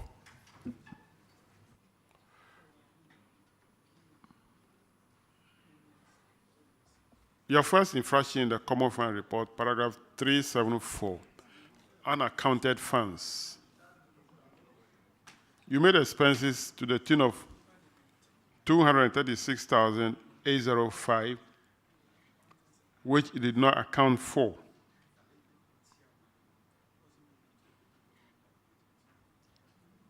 The auditors have recommended recovery of the amount from the coordinating director and the finance officer of the assembly. Have you recovered the money from them? Thank you, Mr. Chair. We've presented all the necessary documents. Have you recovered the money? Yes, no. Then you follow it up. No. Okay, then explain. We've presented all the necessary documents to account for the use of the money. We've accounted for it. Auditors, can you confirm? Honorable Chair, confirmed. All right, paragraph 378, Vice Chairman. Thank you very much, Mr. Chairman. We are talking about unpresented payment vouchers to the tune of 44,850. Have you, says we recommend recovery of the amount from the coordinating director, finance officer. Have you refunded the amount? No, sir. Well, we've accounted for. You've accounted for the PVs, right? Yes, sir. Could the auditors confirm, please? Honorable Chair, all the PVs have been presented. Thank you very much, Mr. Chairman. Your next infraction is paragraph 386, misapplication of funds. The auditor says that Section 30 of Public Financial Management Act states that a principal spending officer shall plan and manage the activities of a covered entity in accordance with the policy statement and financial estimates of that covered entity. Notwithstanding the above provision and the requirements in the 2023 guidelines for the utilization of DSCF, the auditors noted that management of Adentan East Assembly misapplied 33,491.92 Ghana cedis of the DSCF allocation to pay audit committee meeting expenses and gazette fee fixing. They provided the details there, which amounted to 33,491.92. Now, the practice could negatively affect the implementation of planned programs under the DSCF. The auditors therefore recommended that management of the assembly should reimburse the DSCF account with this amount from the IGF. Have you been able to do so? Honorable Chair, we've done it, but we are yet to submit the paying slips and the necessary documents. To the When did you do that? When? Honorable Chair, last week. Last week? Yes. And the total amount you reimburse is how much? 33,000. Exactly 33,000 flats? Yes, Honorable. I want you to mention the exact figure. Because the figure is 33,100 and... Auditors, you made a mistake. The table says 33,491.92. But in your recommendation, it said 33,191.92. So which of them is the correct one?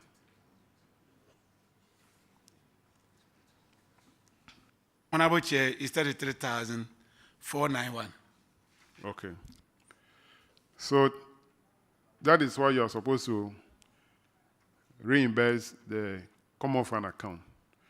You have reimbursed 33,000 flats. Honorable Chair, that's true. So you need to reimburse the remaining 491.92. Honorable Chair, we'll but do that. furnish the auditors with that one, the 33 that you have already paid to the common fund account. Is that okay? Well noted, Honorable Chair. Then let's go to paragraph 897. which is, I think, the DDF. 897 is unaccounted funds, 54,823.48 Ghana cedis, involving Adentan East. You did not account for this expenditure, 54,823.48 Ghana cedis. Have you accounted for it? Your Manager, we've finished the auditors with the necessary. Auditors, can you confirm? Honorable Chair, we cannot confirm. Finance Officer, the auditors cannot confirm. You claim you have accounted for it, cannot confirm. When did you finish the auditors with your documents? Honorable Chair, that's last week, but we still have the documents here. We will submit them. You finished them last week? Yes, we still have them here. We will submit it. No, I want to know when. I don't want to know whether you have them here or not. You finished the audit last week. Honorable Chair, that's true. You have incurred expenditure in 2023.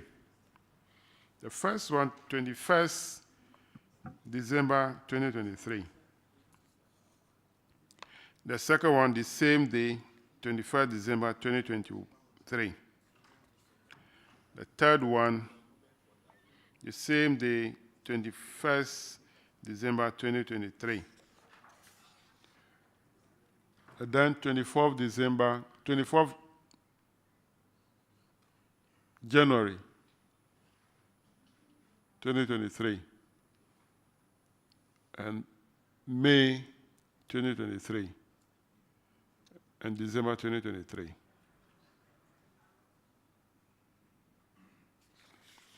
And you are now finishing the auditors in September 2024. Why? Honorable Chair, we did submitted the document and the auditors had issues with it. So we've done the correction. And How did you correct the document? Honorable Which Chair, of them did you correct? Is it the receipts? Or what? Honorable Chair,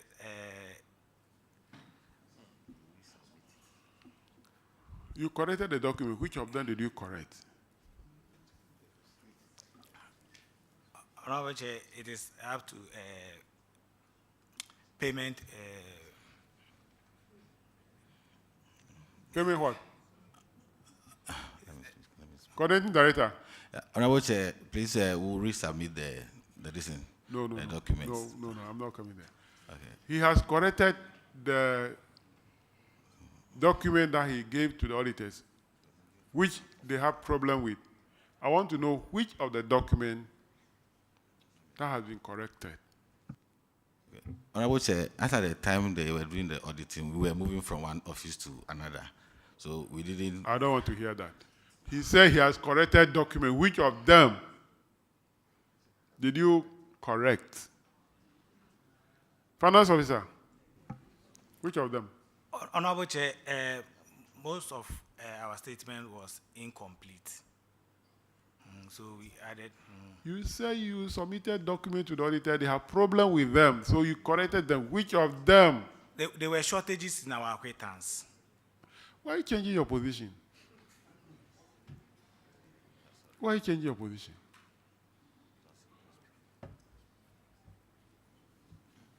You're making your case worse. I can direct that you should refund the money. Don't play with the committee. Is it because we are being nice to you? We know what we are doing. Which of the document did you correct?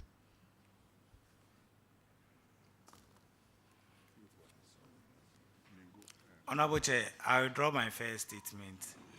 And you withdraw the first one? Yes, I withdraw my statement. What is wrong with the statement that you are withdrawing? We have accepted it as evidence already. You can't withdraw it.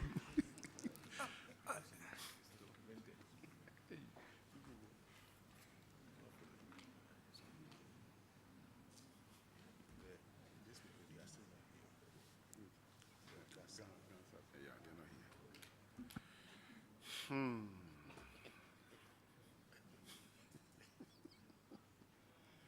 it the last school? The last? Yeah, this is going to be the last.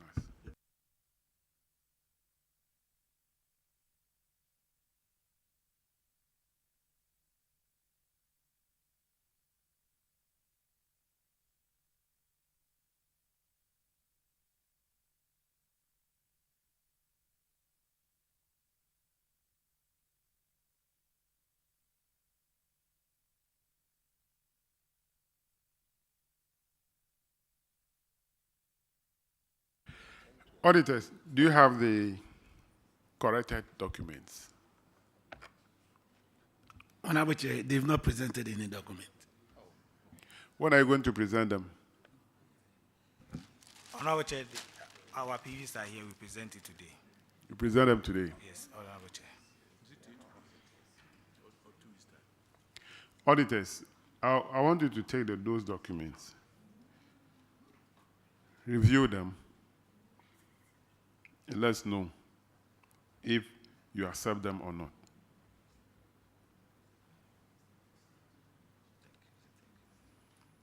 Thank you, Honorable Chair.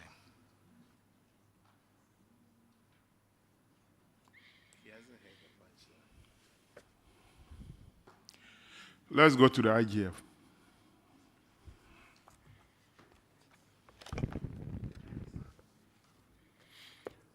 Paragraph 396.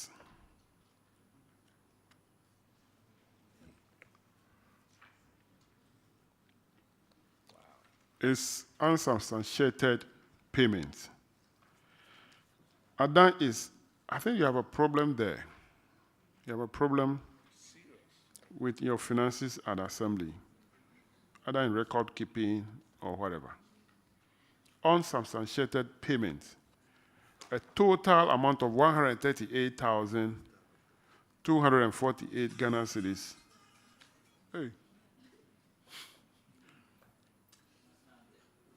Somebody just sent what happened yesterday to my phone.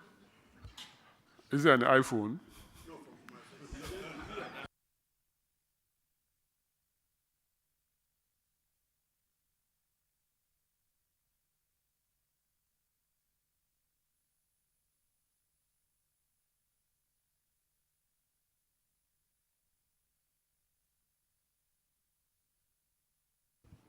Now, these transactions, about 20 transactions,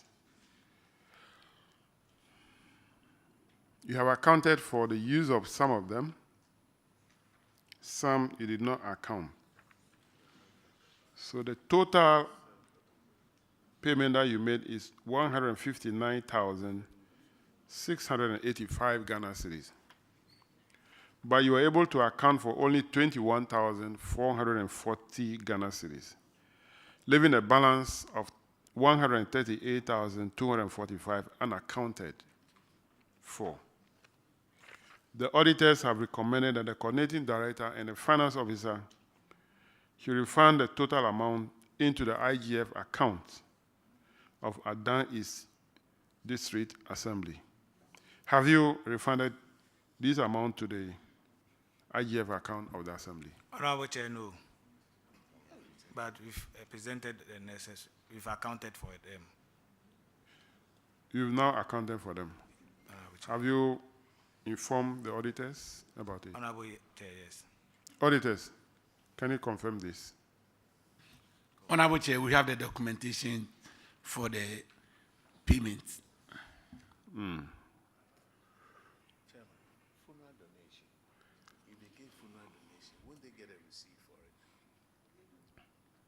And you can account for it. 5,000. Huh?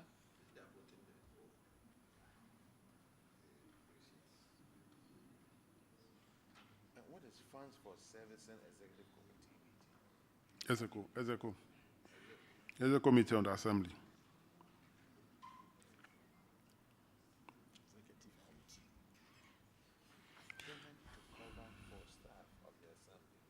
Paragraph 400, Honorable Afrifa. Chairman, thank you. It's related to unaccounted revenue. Adentan East, 7 officers collected an amount of 11,556,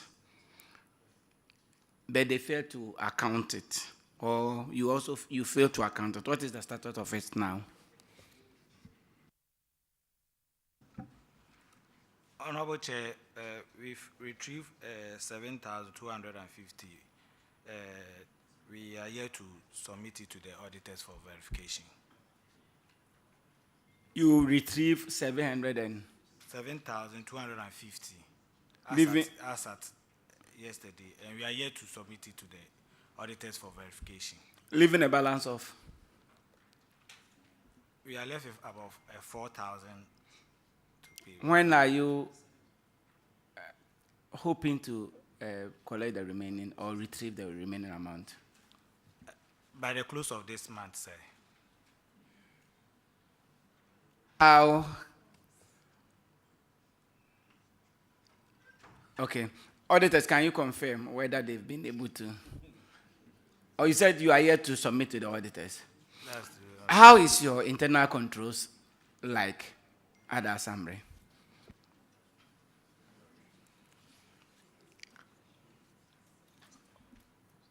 Honorable Chair, we revenue collectors account for a revenue superintendent who then also account to the revenue accountant. Then normally when revenue is being received, revenue collectors are supposed to pay into the bank or bring it for control within 24 hours. What happened in this case? With this case, it was shortages on the side of revenue collectors. Shortages in terms of, say, they collected 500 and then accounted for 300. Yes, and that's true. And I issued receipt of 500 to somebody. I took 500. When I came to the office, 200 was missing. Or what happened? Is that the case? That's the case, Honorable Chair. I will plead that you look at your internal controls very well. Moving forward, Chairman, I yield to you. Thank you. Thank you.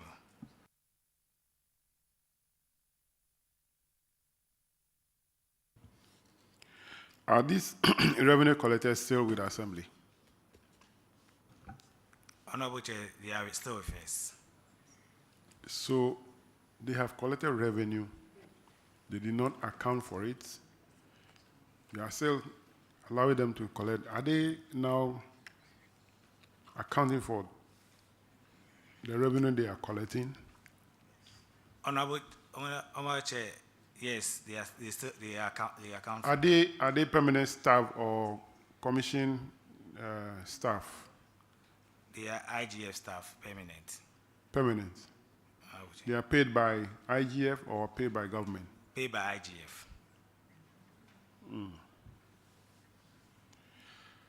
We are giving you to the end of this September, to the end of October, to recover the balance from them. Thank God, Honorable Chair. We work. And then report to the auditors. Thank you, Honorable Chair.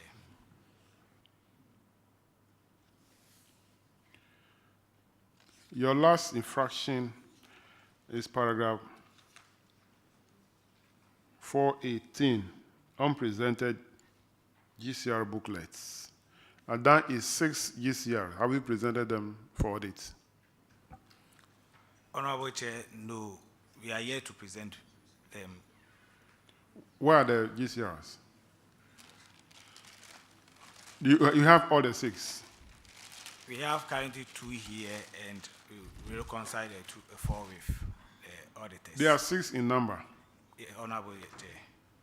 And you have 2. You have 2 here. Yes, Honorable How about Chair. the remaining 4? Honorable Chair, we will present it. I say, where are they? I'm not asking whether you present them or not. Where are they? Honorable Chair, we didn't bring it here. Are they in your office? Yes, in Honorable Adan? Yes. Why did you bring 2 and left the 4 there? Why did you bring 2, only 2, and left the 4 in the office? Honorable Chair, the 2 that I have here is on 2023. For the 2024, 4 that was from 2022. The auditors have closed the GCR already. So we thought of, that those that they have not seen, we are bringing it. All right, auditors. Today is what? Wednesday, right? Let your district auditor go there tomorrow, Thursday, to go and verify the 6 GCRs. If you're able to find all the 6, and the monies collected with those GCRs are accounted for, that ends the matter. But if you're not able to find the 6, whatever number you find, the balance, whichever is outstanding, do the usual computation to find the average revenue per GCR and surcharge them. So assuming that they have only 2 and they cannot find 4, find out how much is the average collection per GCR, multiply by 4. Let the assembly, the coordinating director, the finance officer, and revenue superintendent refund the money within 1 month. Well noted, Chairman. Finance officer, have you heard what I said? Honorable Chair, yes. Yes. Thank So you. when they will come tomorrow, make all the GCRs available so that they can verify them. Thank you, Honorable Chair. That'll be all for you. You are discharged. Thank you. Thank you, Honorable. We don't have the Gar South. Gar South, you are not coming. Okay. Go and take the oath. But I want the schools to come forward to take the oath together with them, Gar South. Accra Academy. Gar South, come forward. Accra Academy, come forward. St. Mary's Senior High. Please raise your hand if I mention so that I know you are here. St. Mary's. Okay. Accra Academy. Good. Chemu. Okay. Presby SHS, Tema. Olam SHS. Tema SHS. Orale SHS. Adan SHS. Any other school left? Is there any school that I did not mention? Okay. Clerk, kindly administer the oath.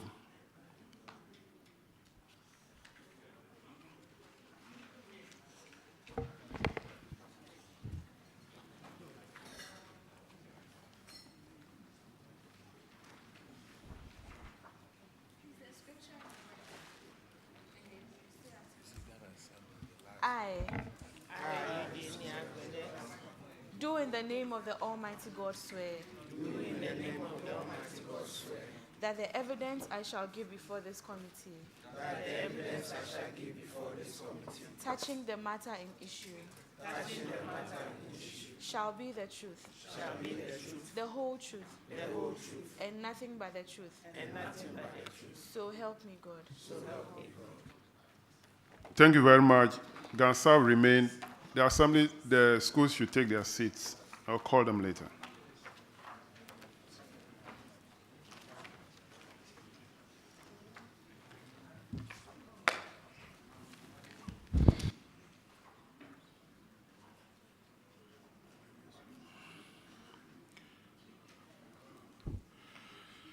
Gar South, kindly introduce yourself to the committee.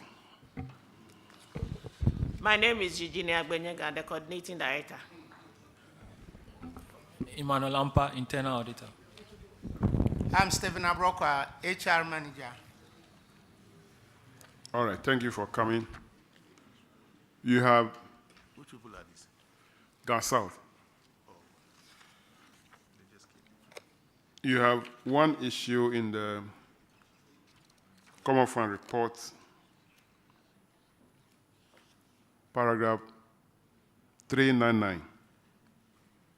It's on delay stroke abandoned projects. So for Gar South, your projects are 3. Construction of 3-unit classroom block with ancillary facilities at Avonyo Copper. We have Avonyo Copper in Gar South. Yes, Honorable Chair. Hey.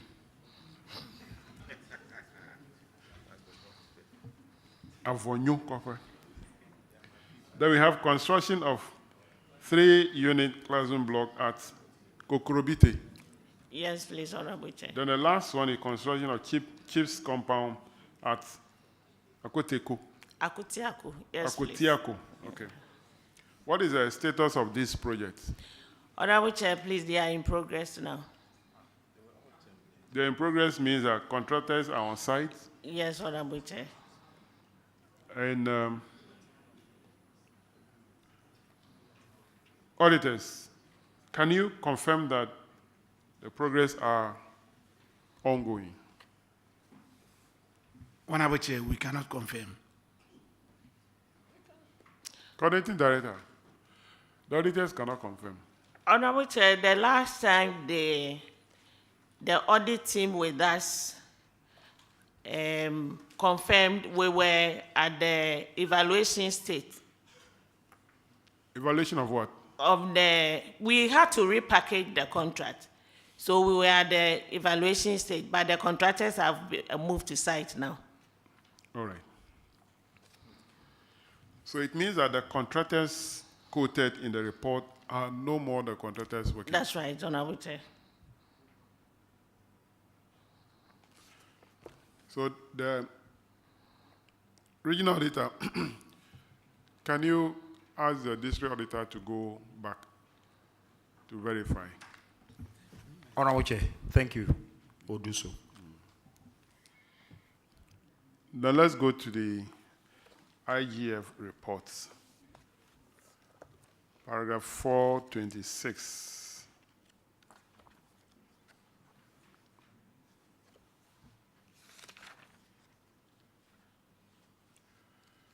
Gar South, on earned salary, 1 Doris Edu Ajay, Chief Environmental Assistant, retired in July, and was paid in July 2023, 4,806 Ghana cedis, 42 pesos. You have to recover the money from her. Have you been able to do so? Yes, Honorable Chair, we've done that. Can auditors confirm? Honorable Chair, confirm. All right, your last infraction is paragraph 431.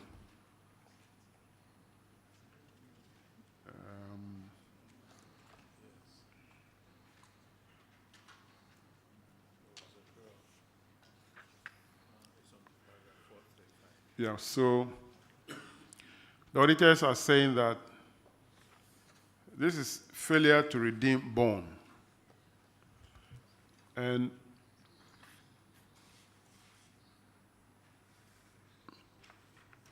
one Miss Patricia Austin,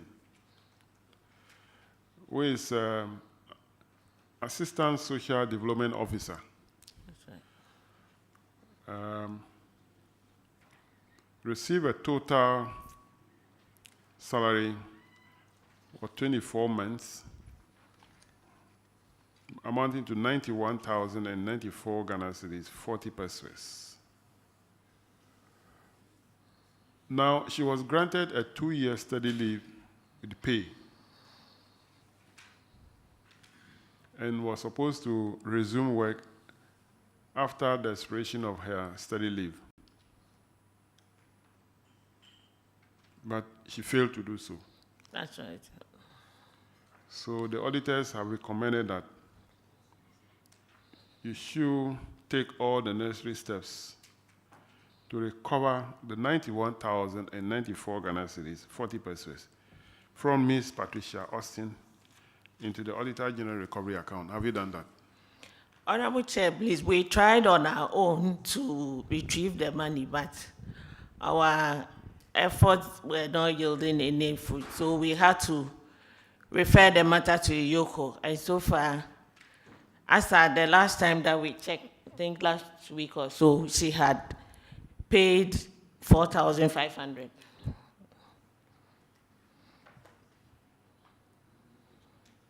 Is she in Ghana? No, please.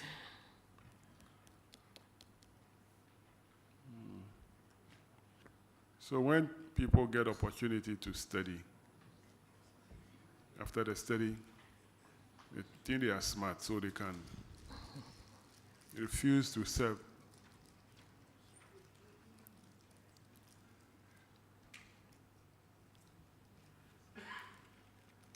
Auditors, are you aware that Yoko is not handling the case? Honorable Chair, we are aware Yoko is handling the case. All right, so Coordinating Director, the Assembly must constantly be in touch with Yoko to know the progress of the recovery of the money from the lady. All right, sir. That'll be all for you, your discharge. Thank you, Chair. Now let's go to the schools. Accra Academy.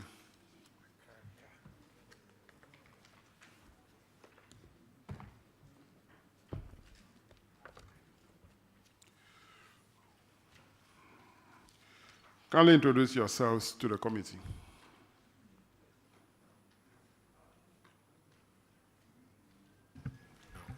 I'm Simon Kofi Amada, representing the Regional Director of Education in Greater Accra. Kesewa Sam Hazel, Regional Accountant. Thank you, Honorable. My name is Kofi Yesu, Assistant Headmaster of Accra Academy, representing the headmaster of the school, that is Mr. Emmanuel Fui Fiamare. Honorable, I would like to use this opportunity to also say good morning to Honorable Odu Johnson, who happens to be my prefect when we were in school. Thank you.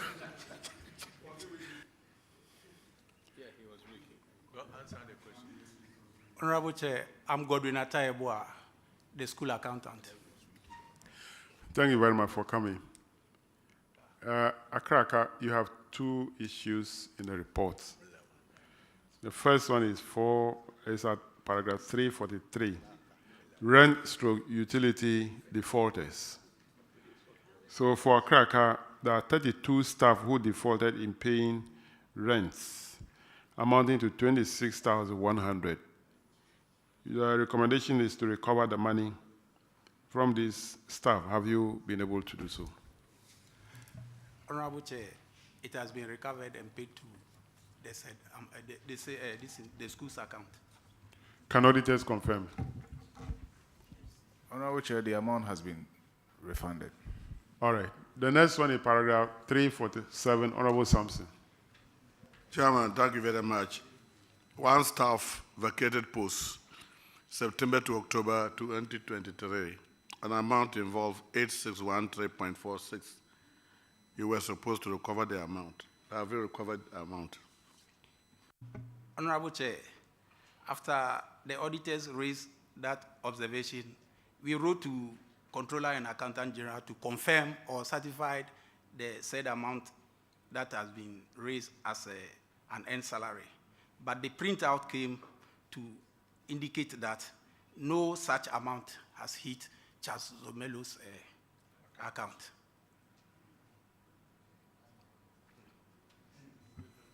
Auditors, what do you have to say about this? How did you get your figure?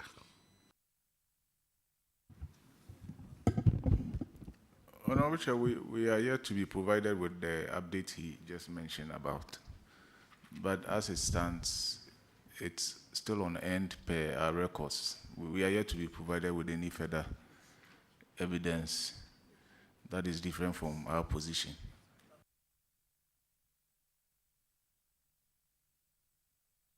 Honorable Chair, this document is with the regional auditor. I reconciled this with him on Thursday in his office. So I'm surprised that they're saying it's just to receive them. We have the evidence provided to the regional auditor. Thank you, Honorable Chair. But the regional auditor was here. Stepped out. All right.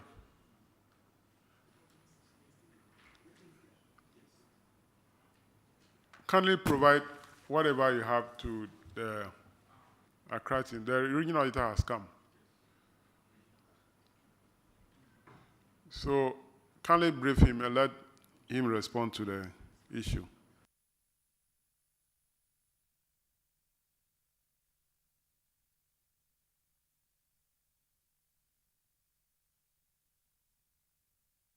The issue is that the staff involved did not actually receive the on-end salary because document from controller confirms that no such amount has been paid to him. So we want you to confirm if it is true. Honorable Chair, I had the opportunity to reconcile these differences with the GS Regional Internal Auditor. And it showed that it was just unknown, but not that the person took the money. So we agreed on that. So. All right, that settled the matter. Okay. So Accra, you are discharged. Thank you, Honorable. Let's have St. Mary's Senior High.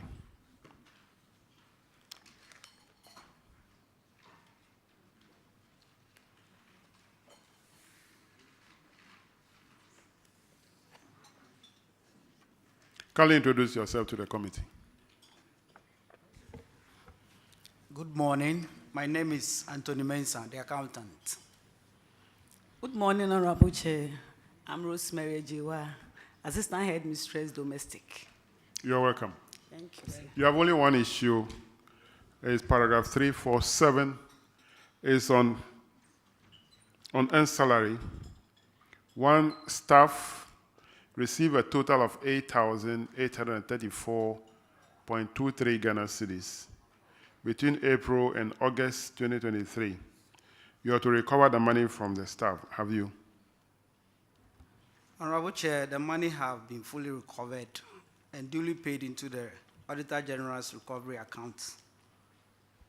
Auditor General, can you confirm this? Honorable Chair, the amount has been fully recovered. That'll be all for you. You are discharged, St. Mary. Thank you. Let's have Chemu.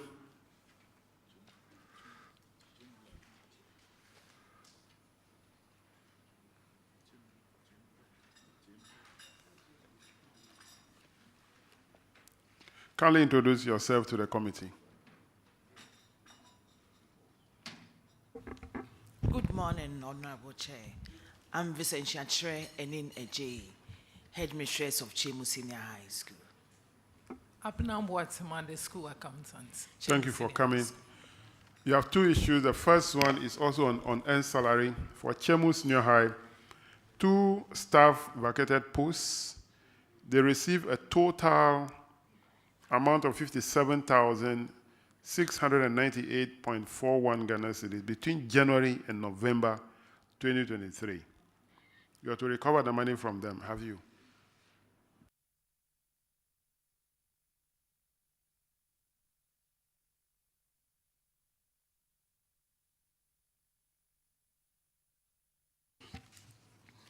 Honorable Chair, there were 2 members of staff involved in this on-end salary.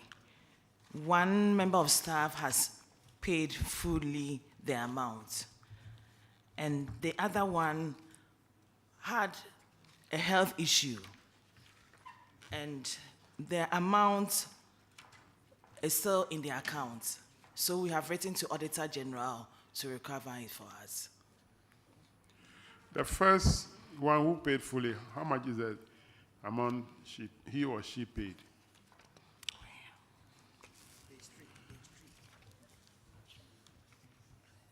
The first one is 8,699.90 pesos. That has been paid fully. Okay. So the second one, which you claim the amount is in the account. Yes, please. How much is the amount in the account? That is 48,998.51 pesos. Auditors, are you aware of this? Auditors. Honorable Chair, what we can verify is the payment of the 8,699. That has been recovered. But for the other person, we are not aware of any such No, the issue. The headmistress says that the money is still in the account of this staff. Have they provided any evidence to that effect? Honorable Chair, not yet. Madam, Madam Headmistress, do you have evidence to the effect that the money is in the account? Yes. Yes, auditors.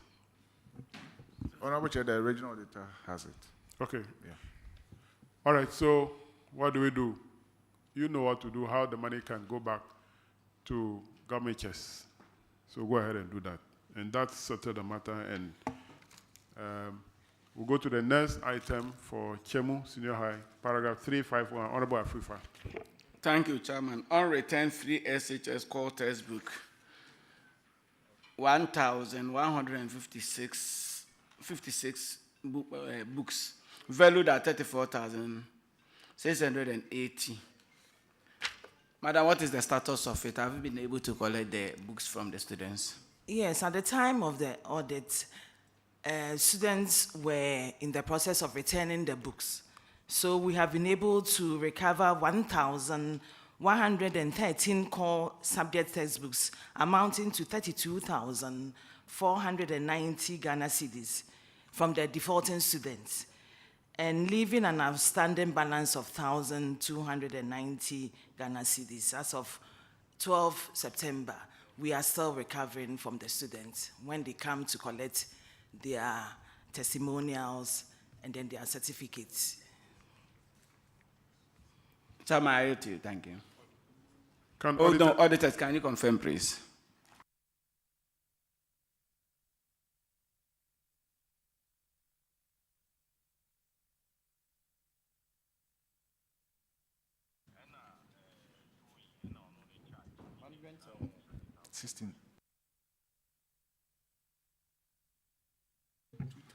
Honorable Chair, management has liaised with WIC to withhold the results of the affected students, following which an amount of 16,271 has since been recovered.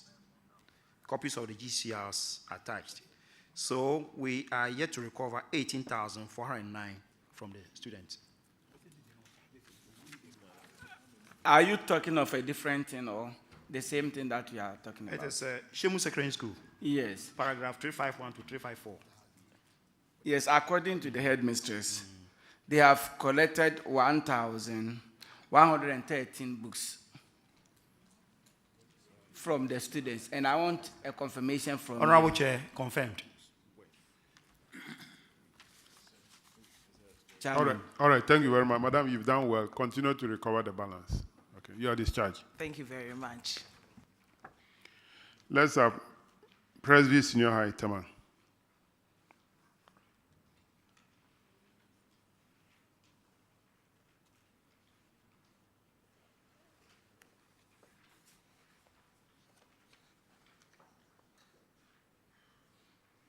Can you introduce yourself to the committee? Honorable Chair, my name is George Kwekwankuma, the headmaster of Presby Senior High, Tema. Honorable Chair, I'm Stephen Japio, the accountant. Thank you for coming. You have only one issue, which is no return of SHS core textbooks for Presby SHS Tema. The number of books involved are 120, and the value is 3,600. You have to recover the book from the student or recover the cost from them. Have you done that? Honorable Chairman, we have so far recovered 810, and we are still waiting for the rest to bring. 810 what? Ghana cedis. And that is how many books? How many books? 27. 27 books. Honorable Chairman. You have just listened to Chemu. Yes. 1,156 books. They recovered 1,113. And you only 120 books.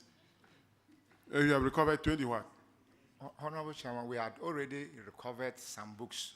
I'm not talking about what you have recovered. I'm talking about what is captured here. 120 out of 120, how many have you recovered? We have recovered 27. That's the point I'm having. Yes. That if you find a percentage of what you have recovered out of what has been captured, it's around 22 or 21%. Yeah, 22.5. 22.5%. I didn't use calculator, but I did a calculation in my head. It's not good. How are you going to recover the balance?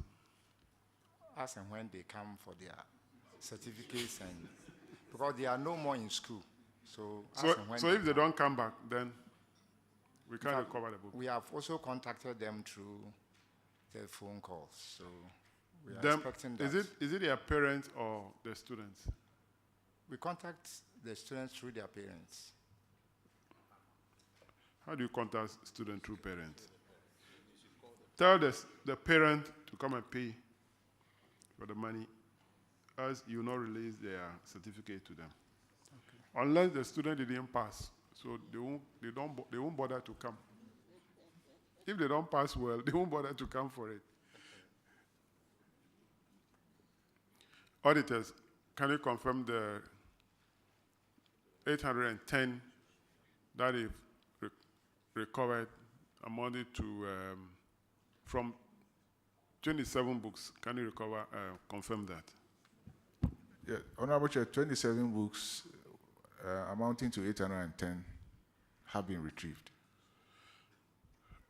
So, Presby SHS, Teman, put in more effort to recover the balance. Headmaster. Yes, sir. Put pressure on the people involved to do that too. Please, we will do that. The money. You are discharged. Thank you very much.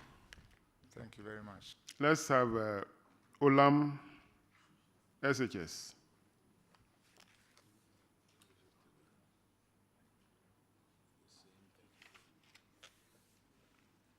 You kindly introduce yourself to the committee.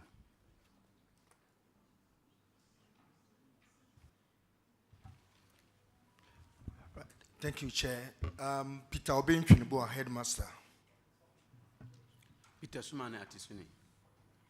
Thank you for coming. You have only one issue. It's also on the non-return of core SHS books. For Olam SHS, 443 books valued at 13,320. Have you been able to recover the money or the books from the students?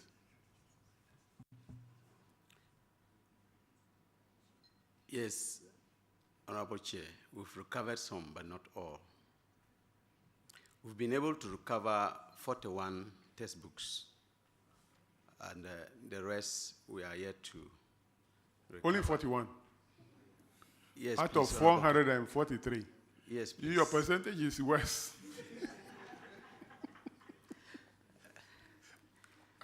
We've done a lot, but maybe our effort is not much yielding that. What is the challenge? The students are not coming forward? The students are not coming forward. We had to call them through their parents' lines. Then we wrote to them. But still, those that we had through phone calls, they promised coming to. But since then, we have only had those few ones. So right now, I think our option left would be when they come for their certificates, when they come for their testimonials, and any interaction they will have with the school, they will use that opportunity to. How are you going to monitor that to ensure that We have the list of all the students defaulting in the returns. So which officer is in charge of that? Is it the account office that will ensure that the money the student pay or return the book before they are cleared? We have the list with the stores that is in charge of the issue of the books, and we have the list too with the accounts. In fact, we have made the list even to various departments. So which internal control mechanism that you put in place that all those points who have the list or whoever will clear them will not collect the money and pocket it? We use the clearance system, and then the last person to clear is the accounts office, so that when they clear, they issue the receipt. So the account office that must be held responsible? Yes, please. You have not made enough efforts. You need to double up. Have they received their tablets, the students? No, Honorable Chair. Oh, why? You are not lucky. Oh, they said the articulator bringing it to your school are spoiled on the way.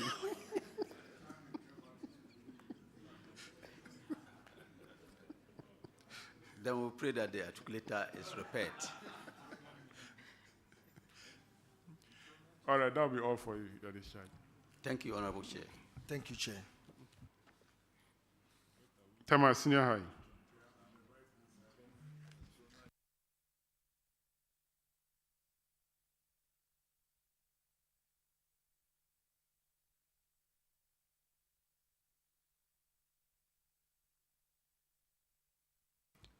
Kindly introduce yourself to the committee. Yes. Good morning, honorable members. My name we're is... in the afternoon now. Anna A, sorry. Good afternoon. My name is Lucy Okain, Headmistress, Tema Secondary School. Thank you, Honorable Chair. My name is Edith Oche, the accountant. Thank you very much for coming. You have 3 issues. The first one, paragraph 343. Honorable Frida. Thank you, Honorable Chair. Chairman, the auditors noted that 31 members of staff of Tema Senior High School owned rents and utilities amounting to 37,800 Ghana cedis. Have you been able to recover the said amount? Yes, Honorable. Please, we've been able to recover 27,352, remaining 10,518. And that is yet to be recovered. Thank you. Auditors, can you confirm the amount recovered? Honorable Chair, an amount of 27,352 has been recovered, leaving a balance of 10,518. So, Madam, what measures have you put in place to recover the balance? Please, Madam, management is in collaboration with the school board for the teachers affected to give us a standing order so that at the end of the month, they'll be able to pay that amount into our accounts. Thank you. How many of the teachers, are they all still at post, all of them? Yes, Madam. Chairman, honestly, I find it very difficult to accept why people still keep on owing rent. Because you can deduct the said amount at the end of the month from their salaries. Or do they pay at the tabletop? No, Madam. No, I mean the rent advance. Please, it's not rent advance. It's the rent that they have to pay. Yes, the rent they have to pay, can't it be deducted as source? As for the utilities, I can understand. But for the rent, why should they pay at the tabletop? Please, they don't pay it at the tabletop. They pay it into the school accounts, the school IGF. But it's not deducted as source, so they collect the money and come and pay.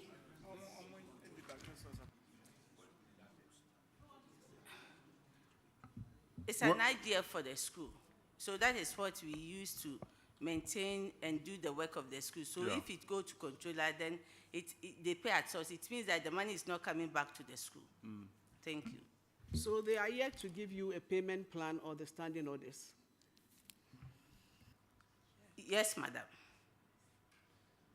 How soon? By the end of the month.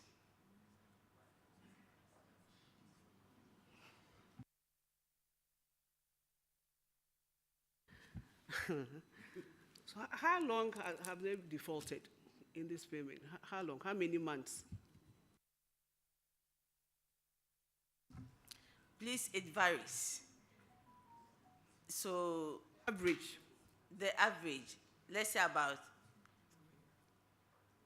3-4 months, or sometimes a year. Honestly, they were not paying at first, so they had to now come back to pay. So some of them were pile up monies that they had to pay. So as they are paying the subsequent years, they are paying it alongside with the pile up. Someone, sorry. So some of them have defaulted for about a year, and you looked on consent till the auditors brought this as an infraction before you took it to the board for them to give them some time to pay or give you a payment plan or by standing orders, and that has not even been done. No, madam, we are always on them. That's why we've been able to collect 27,352.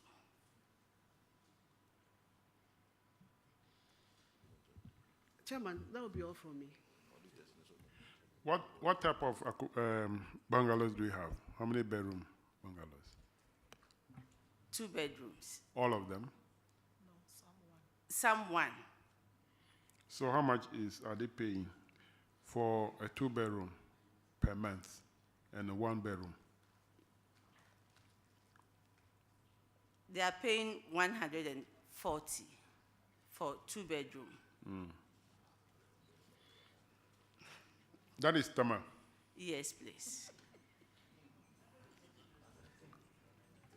And then the 1-bedroom, how much? 80 cedis. 80 cedis, okay. Now, so the bungalows are built by the government or they are built by the school? It's built by the government. So why are the rents your IGF? Because since it was built by the government, no renovation, nothing has been taking place. So you use the rent to renovate the place? Yes, please. Some. And some is the teachers themselves that do the renovation. And when you look at the renovation that they have to do on the bungalow, that was built on Kwame Nkrumah's time. So when you look at the bungalows, it's in dilapidated state. So at times, it's even when you are looking at the money being charged, you realize that it's difficult. Kwame Nkrumah has done a lot for this country. It's the Kwame Nkrumah bungalow that we are still using today. He has done well. Very well. So I was surprised when people were referring to him as a Mu Kwame Nkrumah. Mu Kwame Nkrumah. He did a lot for this country.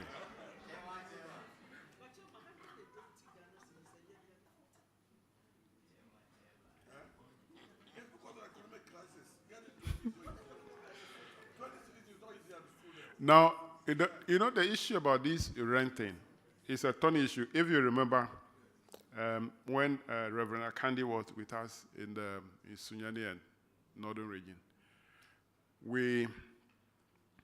we have made recommendation as a committee severally for the ministry and Ghana Education Service to come up with a policy on these 10% salary payment for rent.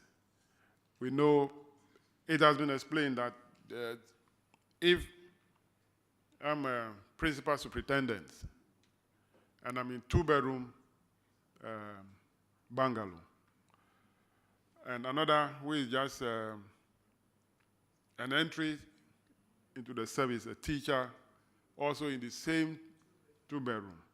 But my salary as a principal superintendent is higher as compared to that teacher's own. So if all of us are paying 10%, it means I'll be paying more than him, but the facilities are the same, all 2 bedrooms. So the issue about a flat rate of 10% should be looked at. And the ministry and the GES have been working on this for only God knows how long. We asked them to finish and come up with a policy on this. We are even talking about teachers in the cities and teachers in the rural area. They should come up with a policy that can guide the collection of rent. They are not doing that. So we will continue to make our recommendation for that to be done so that it make it easier for the management of the schools to know how much to collect. And the policy will also cover where should the money go, whether it should continue to go to the schools or it should go to government, so that the government can take care of the maintenance and repairs of those things. Should be a policy by the ministry and the Ghana Education Service. So we cannot fault the management of the schools now, but they are doing their best to ensure that the teachers who occupy the bungalows pay. So we only have to thank them for what they're doing. Let's move to the next one for Tema Senior High. Paragraph 347, on earned salary. Tema Senior High, there are 4 staff who vacation or post and some of them on study leave without pay, have received salary to the tune of 19,948 Ghana cedis, 82 pesos, between January and September 2023. The auditors have recommended recovery of the money from these 4 staff. Have you?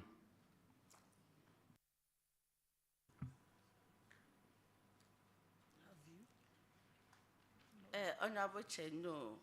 Upon persistent follow-up from those teachers, all our efforts proved futile, so we resorted to send the list to Yoko for them to follow it up for us.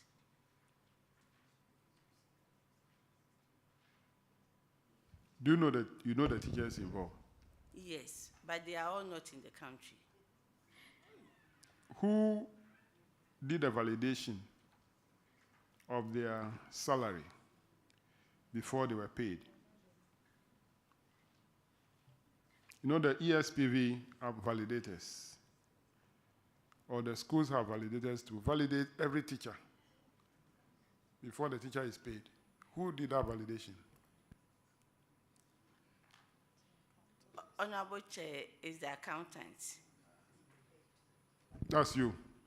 No, I wasn't there at the time. Who was there? Is it accountant who validate, or we have validators? You know, the teachers, we have circuit supervisors. There are levels of validation. No, this is a senior high school. Senior high. So it's the BESA who will do the please. validation. Yes, please. So who was there? Madam Abraham Boatma. She was there as an accountant. Yes, sir. Where is she now? Now at Chemu Secondary School. Ah, they just left here. Yes, please. Is she still around? Madam, No. are you still around? Oh, you are still around. I'm going to surcharge you. Yes, it's good that you didn't go. We are going to refund the money together with the head of the school, because you cannot validate somebody for 9 good months, January to September. Whereas the person or the people vacated posts, it could be an arrangement between you and them. Please, Chairman, it wasn't January to September. It varies. One was 2 months, then the 2 others were 1 month, 1 month. Yeah, okay, I'm reading what the auditors put here. The period they quoted is from January to September. So it could be 1 month, 2 months within that period. But yes, please. the people were not there. Why did you validate them? Madam, I have reinstated the oath that you took. Thank you very much, Mr. Chairman. Please, the order for validation in senior high school is not solely on the accountant. When I was in Tema Secondary School, I was validator B. I was assisting the administrator. So when the validator B validates, it is forwarded to validator A to confirm before it is submitted for payment. So what has been happening in the senior high schools is that as the accountants, when a teacher vacates post, it's very difficult for the accountant to be in her office and to know that the teacher has vacated post. So we receive letter from management. So until a letter is received from management, it's difficult for even validator B to know that a teacher has validated post. So vacated post. So that was how it happened. So you know that it's difficult to validate, knowing very well that if a teacher vacates post, it will be difficult for you to know, but you still go ahead and validate. So you are doing it at your risk. You are taking risk. You took risk. You know that I don't know that teacher A is available or not available. Then I'll go ahead and validate. You are taking risk. You took risk.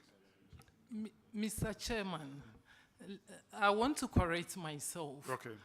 We assume that all teachers are at post, and that is why the administrator, and then, yeah, so until officially it is reported. Until when the teachers come to school, is there not any evidence that proves that this teacher has come to school? Probably attendance list or attendance book or whatever. Is there nothing like that? Mr. Chairman, yes, we have one in place. So when you are going to validate, do you rely on that document as evidence? Because you know, as an accountant, you not see teachers every day. They won't come and greet you every day. But the attendance list or book will show that this teacher has come to work. Do you rely on those books before you validate them? Mr. Chairman, yes, that's how it's supposed to be, but it is the administrative officer who is validator on validator B. So before you validated these people, did you rely on those documents? Mr. Chairman, please, my other colleague stated the accountant wrongly because the first validator is the administrator. So the account office only assists. Yes. So it was a team of work and not the accountant. That is why we are not going to search you alone. We are searching the team. That is why I say the accountant and the head. Thank you very much, Mr. Chair. Not you alone. The accountant and the head are going to be searched because it's a teamwork. You must take a collective responsibility. Okay? Thank you very much. For relying on a document, I have not discharged you. Please wait.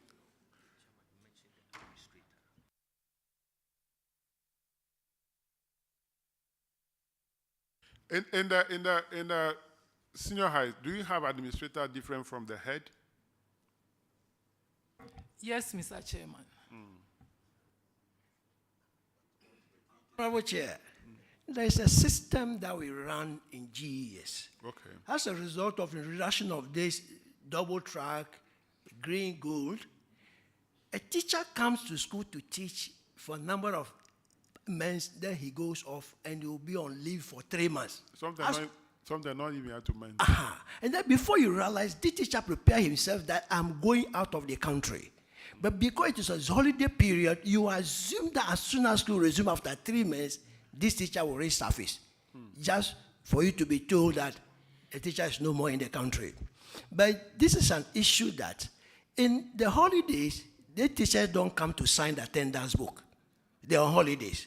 For that matter, you have no right to stop their salary. When our colleagues at the other side of the house, who are using grey pen while we use black pen, when they come, they must base whatever. When they look at attendance as compared to the nominal role, they will realize that there are some teachers who were not at post during the 3 months. This is the situation we have on hand now.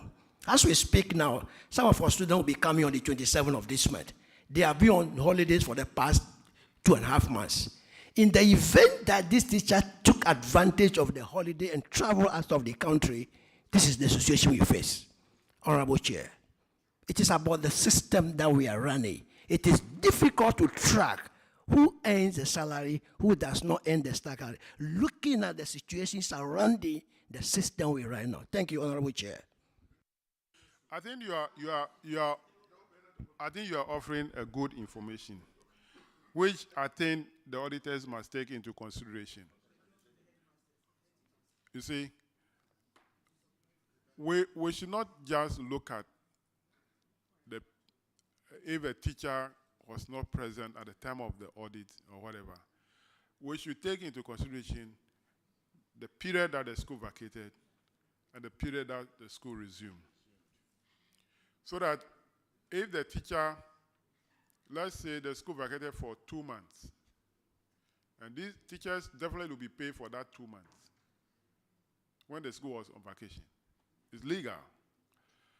And at the end of the 2nd month that the teacher is supposed to resume work, if that teacher failed to resume work, and the month after the 2 months, that teacher is also paid, let us not take the entire 3 months as a period for unearned salary. It should be only 1 month. Is that a point? Because for the 2 months that the school was on vacation, it's legal for the teacher to take that salary. It is only when vacation is over and the teacher still did not return but received salary, that period should be taken at unearned salary. So on that note, the audit team must go and look at this particular one. If what you put here is confirmed, then the validators are going to be surcharged. But if correction has been done, I'm sure the amount will reduce, so that can release the burden on the validators. That's the ruling of the committee. Thank you, Honorable Chair. So, Madam, you are now finally discharged. Thank you very much. You are relieved a bit, isn't it? You can smile now. All right. Then the last one for Tema Senior High is paragraph 351. It's unreturned SHS core textbooks.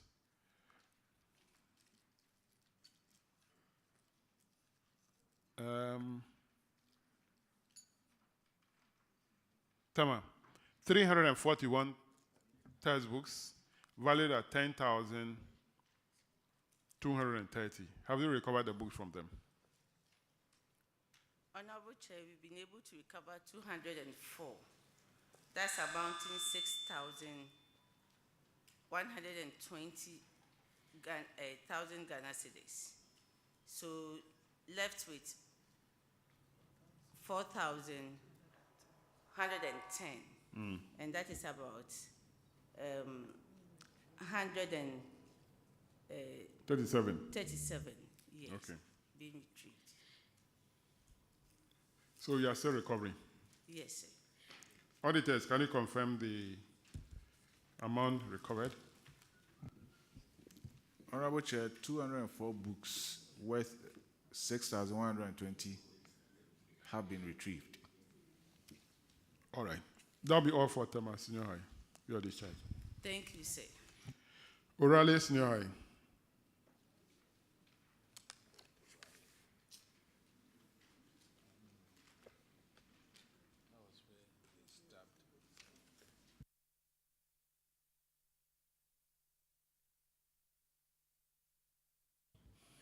Can you introduce yourself to the committee?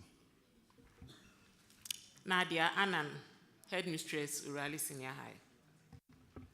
Jason Akwe-Owusu, School Accountant.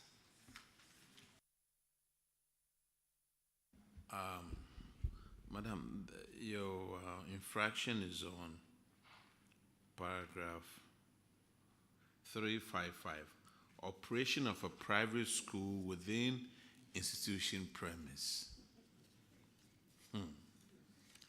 According to the Assistant Headmaster's Administration, the owner of the private school has encroached O'Reilly's school land and it has become difficult to move him.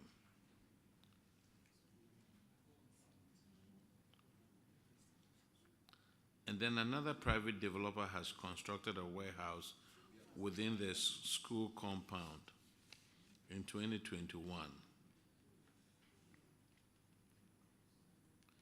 And then further inquiries revealed that all students took the private businessman to court and obtained an injunction on him. What has happened to this encroachment? Thank you, Honorable Chair. Management have written to the Ministry of Education through the Ghana Education Service on the matter. This matter has been referred to the Ningo-Prampram Municipal Assembly pending final determination. However, eviction notices have been written on the walls, informing and alerting all encroachers to vacate the premises.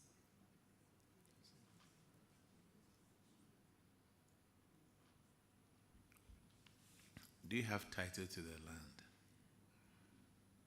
We have Executive Instrument EI 18. That wasn't the question, though. Do you have title to the land? No, please. Executive instrument is not going to help you. See, you use that executive instrument for you to get a title to the land. So just having the executive instrument. So they've written to those people to Yes, please. leave their land. Yes, please. And have they left? Not yet.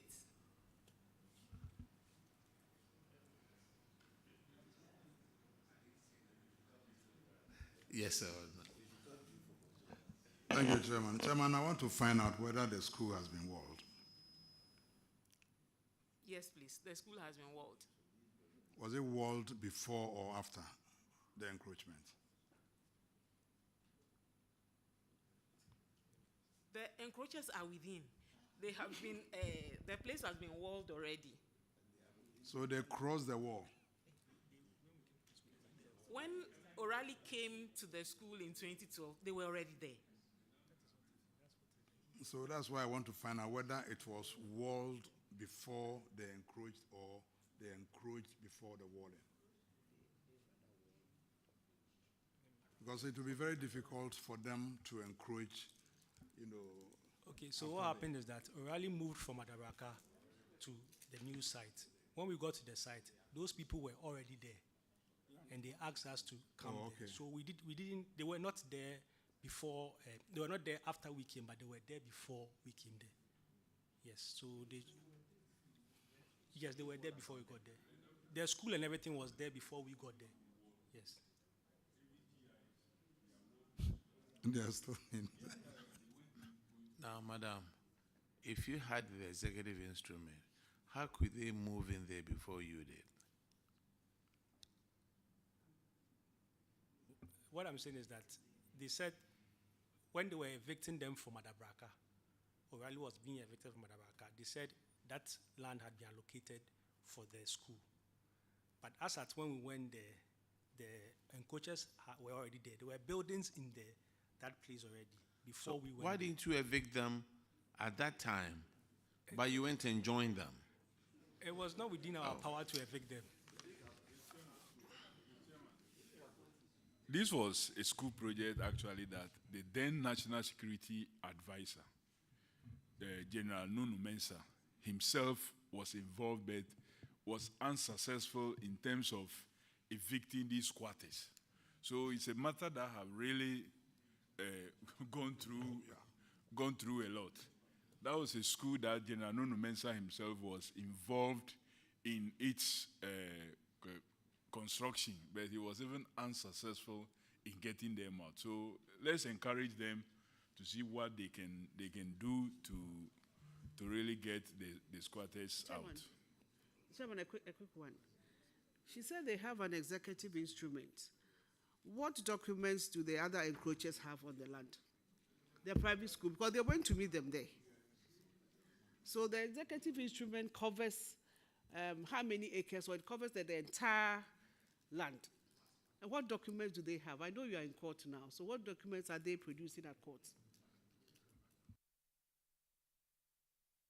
Please, we are not aware of the documents they have.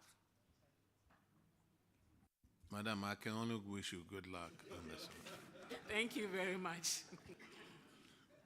You are discharged.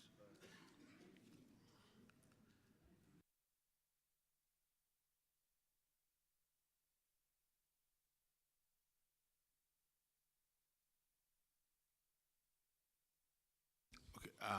The next one is Adenta Secondary School, Senior High School.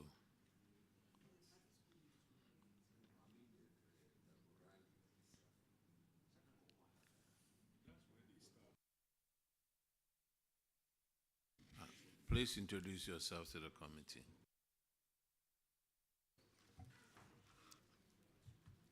Honorable Chair, Juliana Ohui Indom is my name, Headmistress of Adenta Senior High School. I'm Theodore Anuma, accountant of Adenta Senior High. Honorable Johnson Edu will take care of that one. Thank you, Chairman. Adenta Senior High School, your issue here has to do with lack of title deeds on your school land.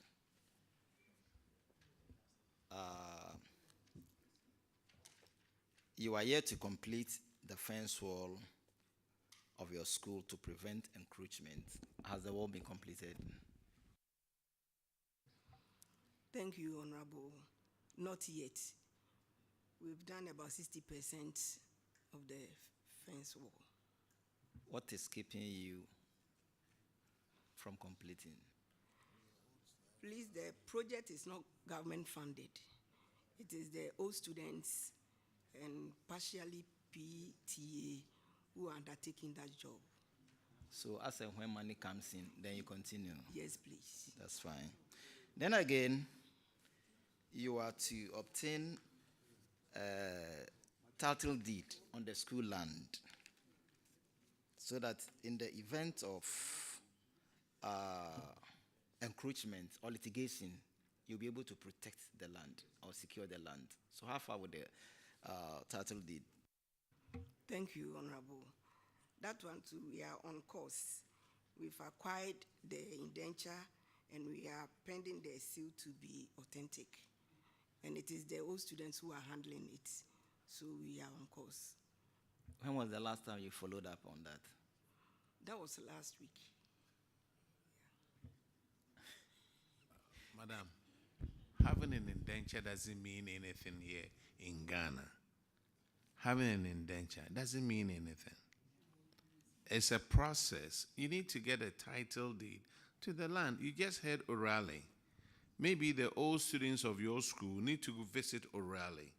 Then when they come back, you guys will have a change of mind on what you need to do with your school land. Thank you. Chairman, that's the situation now. They are here to obtain the title deed for the school and also to complete the fence wall to protect the school.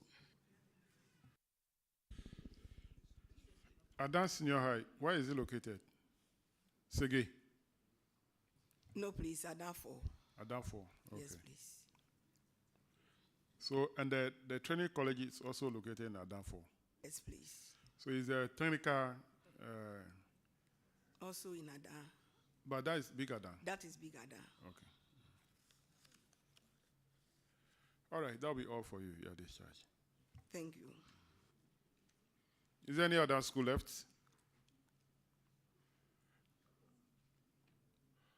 No other school. So, colleagues, that'll be all for today. Tomorrow we are expecting Municipal and District Assembly from Eastern Region, as well as the Senior High School from the Eastern Region. On that note, the committee sitting is adjourned to tomorrow at 9 o'clock in the forenoon.